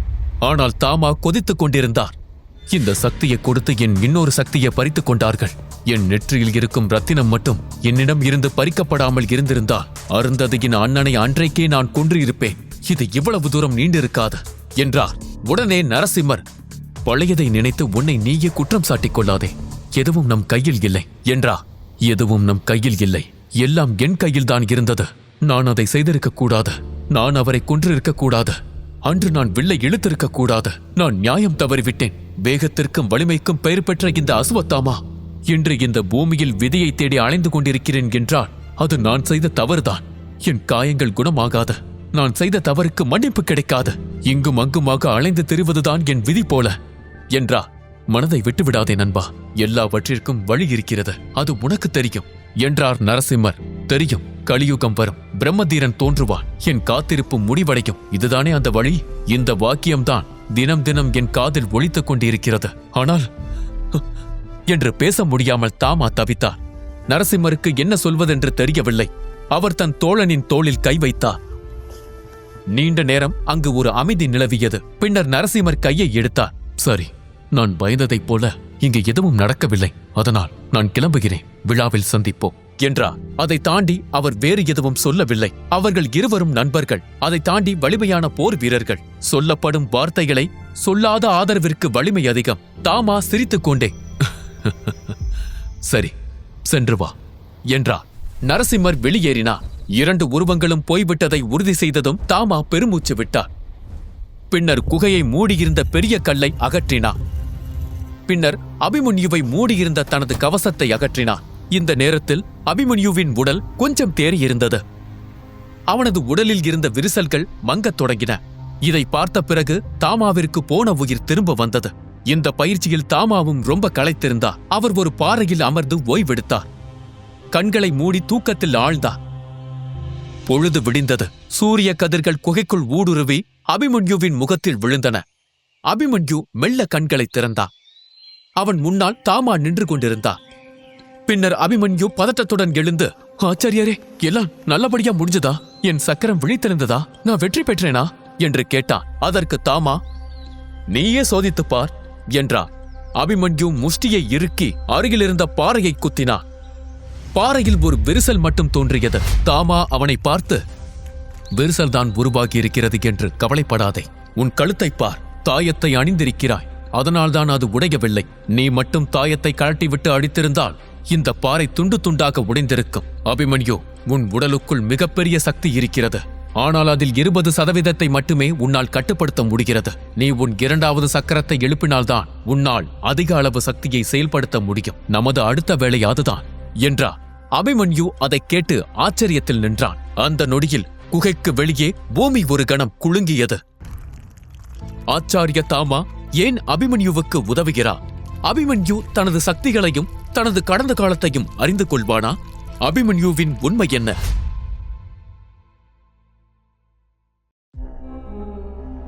மலையுச்சியில் வைத்த தாமா அபிமன்யுவிற்கு ஒவ்வொன்றையும் சொல்லிக் கொடுத்துக் கொண்டிருந்தார். நமது அடுத்த வேலை உன் 2வது சக்கரத்தை எழுப்புவது என்று அபிமன்யுவிடம் கூறினார். அதை கேட்டவுடன் அபிமன்யு ஆர்வத்துடன், அதை எப்போ நாம் திறப்போம் என்று கேட்டான். உடனே தாமா, அவசரப்படாதே, அனைத்திற்கும் காலம் உண்டு. சதய விழாவின் மாவீரர் போட்டி இருப்பதை மறந்துவிட்டாயா? முதலில் அதில் கலந்து கொள். நினைவில் வைத்துக்கொள், என்ன செய்தாவது நீ முதலில் வர வேண்டும். அதுதான் உன் எதிர்காலத்திற்கான திறவுகோள் என்றார். அதை கேட்ட அபிமன்யு உற்சாகமாக, ஆச்சாரியரே, முதல் இடத்தை எப்படி எடுத்துக்காட்டுறேன்னு பாருங்க என்று சொன்னார். அபிமன்யுவின் கண்களில் இருந்த உற்சாகத்தையும் உறுதியையும் தாமா கவனித்தார். அவர் புன்னகைத்து, சரி, சத்திரிய மன்றத்திற்கு செல்ல நேரம் வந்துவிட்டது. நானும் புறப்பட வேண்டும். நான் உன்னை அங்கு சந்திக்கிறேன். ஆனால் நான் முன்பு சொன்னதை நீ மறந்துவிடக்கூடாது. நான் உன் குரு, நீ என் சீடர் என்பதை யாரும் அறியக்கூடாது. இன்றைய போட்டியில் நான் உனக்கு உதவி செய்ய மாட்டேன். நீ தனியாகத்தான் போராட வேண்டும். புரிந்ததா என்று கேட்டார். அபிமன்யு தன்னம்பிக்கையுடன், ஆச்சாரியரே, கவலைப்படாதீங்க, உங்க சீடன் என்ன செய்ய முடியும்னு அங்க வந்து பாருங்க என்று சொன்னான். அதன் பிறகு தாமாவும் அபிமன்யுவும் மலையுச்சியில் இருந்து புறப்பட்டனர். அபிமன்யு போட்டியை பற்றி யோசித்தபடி மலையில் இருந்து கீழே இறங்க ஆரம்பித்தான். அவனுக்கே ஆச்சரியம். அவன் மேலே ஏற எடுத்த நேரத்தை விட கீழே இறங்க அவனுக்கு ஒரு நொடிதான் எடுத்தது. அவன் உடல் முன்பை விட நன்கு வலிமையானதாகவும் சக்தி வாய்ந்ததாகவும் மாறியிருந்தது. அந்த சந்தோஷத்தில் பாட்டி சொல்லிய பழங்களையும் காய்கறிகளையும் பறித்து தனது குடிசைக்கு திரும்பினான். உள்ளே நுழைந்தவுடன் அவன் சுற்றி பார்த்தான். பாட்டி எங்கும் இல்லை. பாட்டி எங்க என்று கவலையாக நினைத்தான். அந்த நேரத்தில் அபிமன்யுவின் கழுத்தில் ஒரு பலமான அறைப்பட்டது. அவன் தடுமாறி கீழே விழுந்தான். அவன் வேகமாக எழுந்து உடையில் இருந்த தூசியை தட்டி, பாட்டி, என்ன பண்றீங்க? ஏன் அடிக்கிறீங்க என்று கேட்டான். அவனை பார்த்த பாட்டியின் கோபம் மேலும் அதிகமானது. வர வர பொய் சொல்றது அதிகமா இருக்கு. முதல்ல உன் கழுத்துல இருந்த தாயத்தங்க, அதை கழட்டுனா எனக்கு தெரியாதுன்னு நினைக்கிறியா? தாயத்தை கழட்டுற, எனக்கு தெரியாம போட்டியில கலந்துக்க பேர் கொடுக்கற, என்ன பெரிய மனுஷன் ஆகிட்டதான் நினைப்பா என்று கேட்டான். பாட்டி, இதெல்லாம் உனக்கு எப்படி தெரியும் என்று அபிமன்யு திகைத்து நின்றான். அவன் உடனே தாயத்தை எடுத்து மீண்டும் கழுத்தில் மாட்டிக்கொண்டான். நேத்து நீ இங்க இருந்து போனதுக்கு பிறகு தரணியும் அவன் அப்பாவும் வந்தாங்க. நீ போட்டிக்கு பெயர் கொடுத்திருக்கேன்னு சொன்னாங்க. நான் தான் அவன் தெரியாம கொடுத்துட்டான், ஆனா போட்டியில கலந்துக்க மாட்டான்னு சொல்லி அனுப்புனேன் என்று பாட்டியின் குரல் சோகமாக மாறியது. பின் அபிமன்யுவை பார்த்து, அபி, நீ இன்னும் குழந்தை மாதிரி தான் நடந்துக்கிற. கொஞ்சமாவது பொறுப்பா இருக்க கற்றுக்கோ. எக்காரணத்தை கொண்டும் இந்த தாயத்தை நீ கழட்டக்கூடாது. உன் சக்தி என்னன்னு யாருக்கும் தெரியக்கூடாது. அதுக்கான நேரம் இன்னும் வரல. அது வர நாம யாருக்கும் தெரியாம அமைதியா இருக்கணும் என்றவள் பெருமூச்சு விட்டாள். பின் அபிமன்யுவை பார்த்து மெதுவாக, உன்னை காப்பாத்த உன் அப்பாவும் அம்மாவும் எவ்வளவு சிரமப்பட்டாங்கன்னு தெரியுமா? அவங்க விரும்பினதையெல்லாம் நீ நல்லா இருக்கணும். உன்னை யாரும் எதுவும் செஞ்சிடக்கூடாது. இதுதான் அவங்க எண்ணம், லட்சியம், ஆசையெல்லாம் என்றா. ஐயோ, போதும் பாட்டி, நிறுத்துங்க. எப்ப பார்த்தாலும் இதே புராணம். என்ன யாரு எதுவும் செய்யக்கூடாதுன்னு நீங்க சொல்றீங்க, ஆனா என்ன காரணம்னு சொல்ல மாட்டீங்க. முதல்ல என் அப்பா யாருன்னு சொல்லுங்க. எனக்கு நினைவு தெரிஞ்சதுல இருந்து நான் அவங்கள பார்த்ததில்ல. அவங்கள பத்தி கேட்டாலும் நீங்களும் எதுவும் சொன்னதில்ல. முதல்ல அவங்க யாரு, எங்க இருக்காங்க சொல்லுங்க. அதுக்கப்புறம் எதுவுமே செய்யாம வீட்ல இருக்கத பத்தி நான் யோசிக்கிறேன் என்றான். அபிமன்யுவின் கோபமான வார்த்தைகளை கேட்டதும் பாட்டி பயத்தில் நடுங்க ஆரம்பித்தார். அபிமன்யுவின் கோபம் இந்த முறை கொஞ்சம் அதிகமாக இருந்தது. அதற்கு காரணம் அவனை போட்டியில் பங்கேற்க வேண்டாம் என்று பாட்டி கூறியது. கோபத்தில் தன் பேரன் ஏதாவது தவறாக செய்து விடுவானோ, அவனை துரத்தும் ஆபத்து அவனை வந்து சேர்ந்து விடுமோ என்று பாட்டி பயந்தார். அவள் கண்களில் கண்ணீர் தேங்கியது. அதை பார்த்ததும் அபிமன்யுவின் மனம் உருகிப் போனது. அவன் பாட்டியை மெதுவாக பிடித்து அவளை கட்டிலில் அமர செய்தான். பாட்டி அவனை பார்த்து, அபி, இனி எந்த குறும்புத்தனமும் செய்ய மாட்டேன். இந்த தாயத்தை கழட்டவே மாட்டேன்னு எனக்கு சத்தியம் செய் என்றார். அபிமன்யு ஆழமாக மூச்சு விட்டான். பாட்டி, நீ என்கிட்ட என்ன சொன்ன? என் அப்பா ஒரு பெரிய மாவீரன் தானே சொன்ன. அப்படி இருக்க நான் அவர் பையன், நானும் அவரை போல இருக்க வேண்டாமா? இந்த ஈட்டி இது ஏன் என் கைக்கு வந்தது? இத நான் பயன்படுத்தணும் தானே? என் அப்பா எனக்காக இதை விட்டுட்டு போயிருக்காரு. அவர் நான் வலிமையானவனா மாறணும்னு நினைக்கிறாரு. நான் அவரை கண்டுபிடிக்கணும்னு விரும்புறாரு. இப்ப சொல்லுங்க பாட்டி, நான் ஒண்ணுக்கும் உதவாத ஒரு விளையாட்டு பையனா இருக்கணுமா, இல்ல ஊரே பெருமைப்படுற மாவீரனா இருக்கணுமா? யாருக்கு தெரியும், ஒரு நாள் என் அப்பாவை நானே கண்டுபிடிப்பேன். ஒருவேளை அவர் எனக்காகத்தான் காத்திருக்கிறார் போல. அதனால நான் போட்டிக்கு போகணும் பாட்டி, என்னை தடுக்காதீங்க. நான் சத்திரிய மன்றத்துக்கு போக அனுமதி கொடுங்க என்றான். அபிமன்யு இப்படி கேட்ட பிறகு பாட்டிக்கு பேச வார்த்தையே வரவில்லை. அவள் அபிமன்யுவின் கைகளை இறுக்கி பிடித்தாள். என் மகன் போயிட்டான், இப்போ என் பேரனும் எங்கேயாவது போயிட்டான்னா இந்த வயசான கிழவி என்ன செய்வேன்? உனக்கு ஏதாவது நடந்தா நான் எப்படி உயிரோட இருப்பேன் என்று பாட்டி அழுதாள். அதை பார்த்த அபிமன்யு மெதுவாக பாட்டியை சமாதானப்படுத்தி, பாட்டி, எனக்கு ஏதாவது ஆகிடக்கூடாதுன்னா எல்லாத்தையும் சமாளிக்க கூடிய ஆளா நான் மாறணும். ஆபத்து வந்தா உங்களையும் என்னையும் நான் காப்பாத்தணும் இல்லையா என்று சிரித்தபடி கம்பீரமாக நிமிர்ந்து நின்றான்.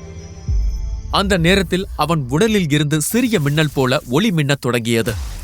உடனே அவன் கழுத்தில் இருந்த தாயத்து பிரகாசமாய் ஜொலித்து அந்த மின்னல் ஒளியை மெதுவாக உறிஞ்ச ஆரம்பித்தது. அபிமன்யு இதை கவனிக்கவில்லை. ஆனால் பாட்டி எல்லாத்தையும் தெளிவாக பார்த்தாள். அவள் கண்களில் பெரிய அதிர்ச்சி தெரிந்தது. அவள் அபிமன்யுவை பார்த்து, அபி, நீ உன் முதல் சக்கரத்தை எழுப்பிட்டியா என்று கேட்டான். அபிமன்யு இதை கேட்டு ஆச்சரியத்தில் நின்றான். தன் பாட்டிக்கு இது எப்படி தெரியும் என்று அவனுக்கு புரியவில்லை. சில நொடி தயங்கியவன், ஆமா பாட்டி, நான் எழுப்பிட்டேன். எனக்கான பாதை தொடங்கிடுச்சு. இது இதோட நிக்காது. நான் படிப்படியாக என் 7 சக்கரத்தையும் எழுப்புவேன். ஒரு நாள் பிரம்மதீரனா மாறுவேன். அதுக்காக நான் கடினமா உழைப்பேன் என்றான். அதை கேட்ட பாட்டியின் முகத்தில் நிம்மதி தோன்றியது. அவள் இப்போ தெளிவாக பார்த்தாள். அபிமன்யுவுக்குள் இருக்கும் சக்தி சாதாரணமல்ல. இனிமேல் அவன் தன்னை தானே காப்பாற்றிக் கொள்ள முடியும் என்ற நம்பிக்கை அவளுக்குள் எழுந்தது. அவள் புன்னகைத்து, என் பேரன் நிச்சயமாக பிரம்மதீரனாக மாறுவான் என்று மெதுவாக சொன்னான். அதன் பிறகு அவள் திடீரென எழுந்து வீட்டுக்குள் எதையோ தேட ஆரம்பித்தாள். கண்ணில் பட்டதையெல்லாம் அங்கே இங்கே தள்ளி மாற்றினாள். அதை பார்த்த அபிமன்யு ஆச்சரியமாக, பாட்டி, என்ன தேடுறீங்க என்று கேட்டான். பாட்டி எதுக்கும் பதில் சொல்லவில்லை. நீண்ட நேரம் தேடிய பிறகு ஒரு பெட்டியை எடுத்துக்கொண்டு வந்து அதை அபிமன்யுவின் முன் வைத்தாள். அவள் மெதுவாக சொன்னாள், இது எல்லாம் உன் அப்பாவோட உடைகள். அவர் சண்டைக்கோ போட்டிக்கோ போறப்போ இதுதான் போடுவார். இது சாதாரண உடை இல்ல, ரொம்ப உறுதியானது, சீக்கிரம் கிழியாது, அழுக்காகாது. நீ இப்போ உன் வாழ்க்கையிலேயே முதல் போட்டிக்கு போற. அதனால இதுதான் உனக்கு ஏத்த உடை. அங்க நிறைய பணக்கார வீரர்கள் இருப்பாங்க.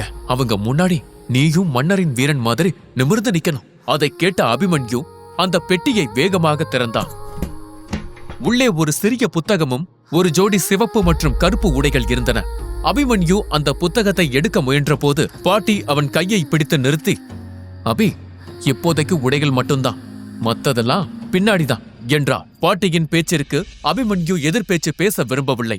அவன் உடைகளை மட்டும் எடுத்துக்கொண்டு அணிய ஆரம்பித்தான். அவன் அப்பாவின் உடையை அணிந்து வெளியே வந்த அந்த நொடியில் அபிமன்யு முழுமையாக ஒரு மாவீரன் போலவே தோன்றினான். கருப்பு உடையின் மேல் சிவப்பு அங்கி அவனை ஒரு பணக்கார வாரிசு போல காட்டியது. அங்கியில் நெருப்பு, காற்று, நீர், வானம் மற்றும் பூமி என 5 பூதங்களின் சின்னங்களும் பொறிக்கப்பட்டிருந்தன.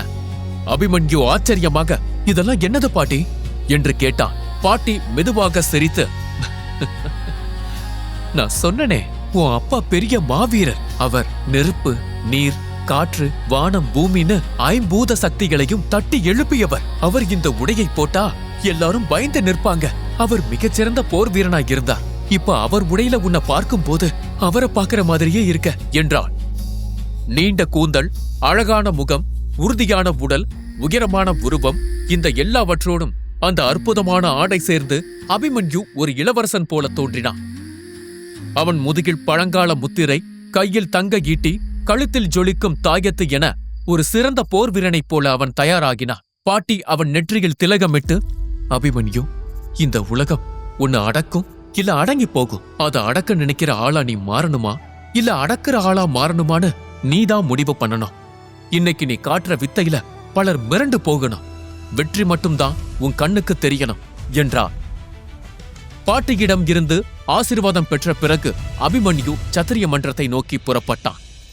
தனது முதல் சக்கரத்தை எழுப்பிய பிறகு அபிமன்யுவுடைய அனைத்து புலன்களும் கூர்மையாகின. அதனால் தன்னை சுற்றியுள்ள சத்தம், காற்றின் ஓசை, பூமியின் அதிர்வு இவை அனைத்தையும் அவன் தெளிவாக கேட்க முடிந்தது. அவன் உடலும் இரும்பைப் போல உறுதியானது. அவன் கைகளில் உள்ள தசைகள் எல்லாம் வலுவடைந்தது. அவனது முகமும் இறுக்கமடைந்தது. முகத்தில் ஒரு போர் வீரரின் தைரியம் தெளிவாக காணப்பட்டது. பல போர் கண்ட சிப்பாய் போல அவன் தோன்றினான். அவன் சத்திரிய மன்றத்தை நோக்கி போகும் வழியெல்லாம் எண்ணற்ற ஆட்கள் நின்று கொண்டிருந்தனர். அதில் பல பெண்கள் இருந்தனர். குறிப்பாக இளம் பெண்கள் பலர் அபிமன்யுவை பார்த்த வண்ணம் இருந்தனர். அதைக் கண்டு அபிமன்யு கொஞ்சம் ஆச்சரியப்பட்டான். அவனுடைய காது இப்போது மிக கூர்மையாக இருந்ததால் அவர்கள் அவனை பற்றி பேசிக் கொள்வதை அவன் தெளிவாகவே கேட்டான். ஆனால் அபிமன்யு அவர்களை திரும்பிக் கூட பார்க்கவில்லை. ஏனெனில் அவன் பார்வை முன்னால் இருந்த இலக்கில் மட்டும் நிலைத்திருந்தது. சற்று நேரத்தில் சத்திரிய மன்றம் வந்தது. அதன் வாயிலில் நின்று கொண்டு அபிமன்யு மெதுவாக சிரித்தான். பிரம்மபுரியில் இருக்கும் பலருக்கும் இந்த சத்திரிய மன்ற அரண்மனையை ஒருமுறை பார்வையிட வேண்டும் என்பது கனவு. ஆனால் பலருக்கு அது கனவாய் மட்டுமே இருந்தது. அதனால் பலர் இந்த அரண்மனையை கடந்து செல்லும் போதெல்லாம் வாசலில் ஒரு நொடி நின்று பார்த்துவிட்டு பெருமூச்சு விடுவார்கள். அபிமன்யுவும் பலமுறை அப்படித்தான் நின்று பார்த்திருக்கிறான். ஆனால் இன்று அவன் பெருமூச்சு விட வரவில்லை. உள்ளே நுழைய வந்திருக்கிறான். அப்போது ஒரு சிப்பாய் அவன் முன்னால் வந்து நின்று, ஏ பையா, இங்க என்ன செய்யற? சாதாரண மக்களுக்கு இங்க வேலை இல்ல. இங்க போட்டியில கலந்துக்க வர்ற வீரர்களுக்கு தான் அனுமதி. போ, பின்பக்கம் பார்வையாளர்கள் உட்கார இடம் இருக்கு. இந்த அரண்மனை போர் வீரர்களுக்குன்னு ஒதுக்கப்பட்டிருக்கு என்று கூறினார். அந்த சிப்பாயின் வார்த்தைகளை கேட்ட அபிமன்யு கோபத்துடன், நானும் போட்டியில கலந்துக்க தான் வந்திருக்கேன் என்றான். அதை கேட்ட சிப்பாய் பதட்டத்துடன், மன்னித்துக் கொள்ளுங்கள், உங்க பேர் என்ன என்று கேட்டார். அபிமன்யு தன் பெயரை சொல்லிவிட்டு முன்னால் நடந்தான். சத்திரிய மன்றத்தின் பெரிய வாயிலை நோக்கி அவன் நடக்க ஆரம்பித்தான். அப்போது ஒரு வயதான சிப்பாய் அங்கு நின்று கொண்டிருந்தார். அவர்தான் அனைவரையும் சோதித்து உள்ளே அனுப்புவது. அவர் அபிமன்யுவை பார்த்து, உன் பெயரையும் உன் ஆசிரியரின் பெயரையும் சொல்ல என்றார். அந்த கேள்வியை கேட்டதும் அபிமன்யு அமைதியான குரலில், என் பேர் அபிமன்யு. என் குருவோட தங்க முத்திரையான புலி முத்திரையை நான் கொண்டு வந்திருக்கிறேன். இதுதான் அது. நீங்க இதை பார்க்கலாம். ஆனா இதை யாருக்கும் காட்டக்கூடாது. என் குரு அவரோட அடையாளத்தை வெளிப்படுத்த விரும்பலை என்றான். அபிமன்யுவின் வார்த்தைகளை கேட்ட அந்த வயதான சிப்பாய் அபிமன்யுவை தலையிலிருந்து கால் வரை ஒரு மாதிரி பார்த்தார். பின்னர் அவர் கையில் இருந்த பதிவேட்டில் எழுதப்பட்டிருந்த பெயர்களை சோதிக்க ஆரம்பித்தார். அப்போது திடீரென்று 2 பெண்கள் வேகமாக அங்கு ஓடி வந்தனர். அவர்கள் வந்தவுடன் அங்கிருந்த அனைத்து வீரர்களின் முகங்களும் பிரகாசிக்க ஆரம்பித்தது. ஏனென்றால் அவர்கள் இருவரும் இந்திரபுரி ராஜ்ய அரசவையின் இளவரசிகள். அவர்களின் அந்தஸ்து அரசருடைய குடும்பத்தை விட சற்று குறைவாக இருந்தாலும் அதிகாரத்தை பொறுத்தவரை கொஞ்சம் அதிகமாகவே இருந்தது. அவர்கள் இந்த ராஜ்யத்தின் மிக சக்தி வாய்ந்த 2 குடும்பங்களில் ஒன்றை சேர்ந்தவர்கள். அந்த இருவரும் அழகான, அதே நேரத்தில் பிரமிக்க வைக்கும் போர் வீரர்களுக்கான ஆடையை அணிந்திருந்தனர். அதில் ஒருவள் அபிமன்யுவை தள்ளிக்கொண்டு முன்னால் வந்தாள். அவள் அந்த வயதான சிப்பாயை பார்த்து, தயவு செஞ்சு என் பேரையும் என் சகோதரியோட பேரையும் சீக்கிரம் எழுதுங்க என்றாள். அதை பார்த்த அபிமன்யு கொஞ்சம் கோபத்தோடு, ஏய் பெண்ணே, நான் இங்க நிக்கிறது உனக்கு தெரியலையா என்று கேட்டான். அதற்கு அவள், தெரியுது, அதுக்கு என்ன செய்ய சொல்ற என்று கேட்டா. நான் தான் முன்னால வந்தேன், அதுக்கு நான் என்ன செய்யறது? நான் உன்னை தடுத்தேனா? நீ வழியில நின்ன, உன்னை விளக்கிட்டு முன்னால வந்தேன். ஆட்கள் வந்து போற பாதையில நின்னது உன் தப்பு என்றா. அதை கேட்டதும் சுற்றியிருந்த வீரர்கள் அனைவரும் சிரிக்க ஆரம்பித்தனர். உடனே இன்னொரு வீரன் சிரித்துக் கொண்டே முன்னால் வந்து அபிமன்யுவின் தோளில் கை வைத்தான். அவன் அபிமன்யுவை பார்த்து, நண்பா, யாதவி அப்படி பண்றத பார்த்து கோபப்படாதே. பாவம், அவ கொஞ்சம் வயசானவ. கடந்த முறை கூட வலிமை இல்லாம தோல்வியை சந்திச்சா. வயதானாலே உடல் சோர்வடையும், அதிகமா கோபம் வரும்னு சொல்லுவாங்களே, அந்த வியாதிதான் அவளுக்கு என்று சிரித்தான். அதை கேட்ட யாதவி கோபத்துடன், சிரி, நல்லா சிரி. இந்த முறை நான் யாருன்னு உனக்கு காட்டுறேன். இப்போ நான் என் முதல் சக்கரத்தை எழுப்பிட்டேன். அதனால போட்டியில என்ன செய்றேன்னு மட்டும் பார் என்றான். அப்போது யாதவியோடு வந்த இன்னொரு பெண் அபிமன்யுவை நோக்கி வந்தாள். அவள் பெயர் மாதவி. அவள் அபிமன்யுவை பார்த்து, தயவு செஞ்சு என் சகோதரிய மன்னிச்சிருங்க, அவ வேணும்னு எதுவும் செய்யல என்று மன்னிப்பு கேட்டாள். அந்த 2 பெண்களது வரவும் அந்த இடத்தை கொஞ்சம் சலசலப்பாக்கியது. அப்போது ஒரு நடுத்தர வயது மனிதர் வேகமாக படியேறி வந்தார். அந்த 2 பெண்களையும் பார்த்ததும், சீடர்களா நீங்கள்? உங்களுக்கு மரியாதை என்றால் என்னவென்றே தெரியவில்லை. கொஞ்சமாவது பொறுப்போடு நடந்து கொள்ளுங்கள்.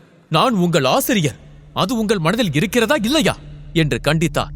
அவரை பார்த்தவுடன் அங்கிருந்த அனைவரும் உடனே குனிந்து வணங்கினர். ஆச்சாரியார் பரஞ்சோதிக்கு எங்கள் வணக்கம் என்று அனைவரும் மரியாதை செலுத்தினர். அப்போது இன்னொரு வீரர் முன்னால் வந்து, ஆச்சாரியரே, நீங்கள் அற்புதமான வேலையை செய்துள்ளீர்கள். நீங்கள் யாதவியை முதல் சக்கரத்தை எழுப்ப வைத்து விட்டீர்கள் என்றார். பரஞ்சோதி அவரை பார்த்து புன்னகைத்து விட்டு முன்னோக்கி நடந்தார். போகும் முன் ஒரு நொடி நின்று திரும்பி அங்கிருந்த அபிமன்யுவை பார்த்து சிரித்தார். பின்னர் அவர் உள்ளே சென்றார். அப்போது காவலாளி அபிமன்யுவை பார்த்து, என்ன நாள் பூரா இங்கேயே நின்னு வேடிக்கை பார்க்க போறியா? வேகமா உள்ளே போ, ஓட்டி தொடங்க போது என்று கத்தினார். அதைக் கண்ட அபிமன்யு வேகமாக உள்ளே சென்றார். இந்த வயசான சிப்பாய் அந்த பொண்ணுங்க கிட்ட மட்டும் அன்பா பேசினாரு, என்கிட்ட ஏன் இவ்வளவு கடுப்பா பேசுறாரு? பொண்ணுனா கல் சிலை கூட பஞ்சு போல மாறிடும்னு சொல்றது உண்மைதான் போல என்று அவன் மனதில் புலம்பினான். பின்னர் அபிமன்யு சத்திரிய மன்றத்திற்குள் நுழைந்தான். அங்கிருந்த காட்சியை பார்த்த நொடியில் அவன் வாய் பிளந்தது. அவன் கண்கள் விரிந்தது. சத்திரிய மன்றத்திற்குள் நூற்றுக்கணக்கான வீரர்கள் நிறைந்திருந்தார்கள். அவர்கள் எல்லோரும் போட்டியில் பங்கேற்க வந்தவர்கள். இத்தனை பேரா என்று அபிமன்யு ஆச்சரியப்பட்டான். அந்த சமயத்தில் அபிமன்யுவின் பார்வை அங்கிருந்த ஒரு மண்டபத்தின் மீது விழுந்தது. பகலில் தோன்றும் நட்சத்திரம் போல அந்த மண்டபம் பிரகாசமாக இருந்தது. அது நூற்றுக்கணக்கான முத்துக்களால் உருவாக்கப்பட்ட ஒரு அழகிய மணிமண்டபம். அப்போது ஒரு ஏளன குரல் கேட்டது. நம்ம மாவீரர் வந்திருக்கார் பாருங்க, இன்னைக்கு கோட்டையே அலறப்போகுது. அதை கேட்டவுடன் அருகில் இருந்த சிலர் சிரித்தனர். அதை கேட்டதும் அபிமன்யு வேகமாக திரும்பி பார்த்தான். அது தரணி. அவன் அபிமன்யுவை நோக்கி நடந்து வந்தான். கடந்த முறை அவனோடு இருந்த காவலர்கள் இப்போது இல்லை. ஆனால் சில புதிய முகங்கள் இப்போது அவனோடு இருந்தன. அபிமன்யு அவனை பொருட்படுத்தாமல் போட்டி நடக்கும் இடத்துக்கு நடந்து சென்றான். அபிமன்யு இங்கு வீண் வாக்குவாதத்தில் ஈடுபட வரவில்லை. எந்த சிக்கலும் இல்லாமல் போட்டியில் பங்கேற்று அதில் வெற்றி பெறுவதே அவன் இலக்கு. அபிமன்யுவிற்கு கோபம் இருந்தாலும் தாமா சொன்ன வார்த்தைகளை அவன் நினைவிற்கு வந்தது. அனைத்து கோபத்தையும் போட்டியில் காட்ட, அதனால் யார் உண்மையான வீரன் என்று போட்டியில் வைத்து நிரூபிக்க அபிமன்யு முடிவு செய்தான். அப்போது முரசு சத்தம் சத்திரிய மன்றம் முழுவதும் எதிரொலித்தது. அது அனைவரின் கவனத்தையும் ஈர்த்தது. அபிமன்யு தன் பார்வையை அங்கிருந்த மேடை பக்கம் திருப்பினான். மேடையில் தோன்றிய காட்சி அவனை உறையச் செய்தது. அவன் என்ன பார்த்தான்? மண்டபத்தில் எதிரொலித்த குரல் யாருடையது? அபிமன்யுவால் உண்மையில் அந்த வலிமையான வீரர்களை எதிர்கொள்ள முடியுமா? அபிமன்யுவின் தந்தை யார்? அஸ்வத்தாமா யாரை கொன்றார்? கோழை என எல்லோராலும் அவமானப்படுத்தப்பட்டவன் மாவீரன் என பெயர் எடுப்பானா? அபிமன்யுவின் பாட்டி மறைத்து வைத்திருக்கும் ரகசியம் என்ன? அஸ்வத்தாமா சொல்வது போல் பிரம்மதீரனாக உருவெடுப்பானா அபிமன்யு? அதிசயமும் அற்புதமும் நிறைந்த இந்த கதையை இலவசமாக கேட்க உடனே பாக்கெட் எஃப்எம் டவுன்லோட் செய்து இலவசமாக கேளுங்க. இந்திரஜித். முழு கதையையும் கேட்டு மகிழ பாக்கெட் எஃப்எம் ஏபி டவுன்லோட் செய்யுங்கள். லிங்க் டிஸ்கிரிப்ஷனில் கொடுக்கப்பட்டுள்ளது.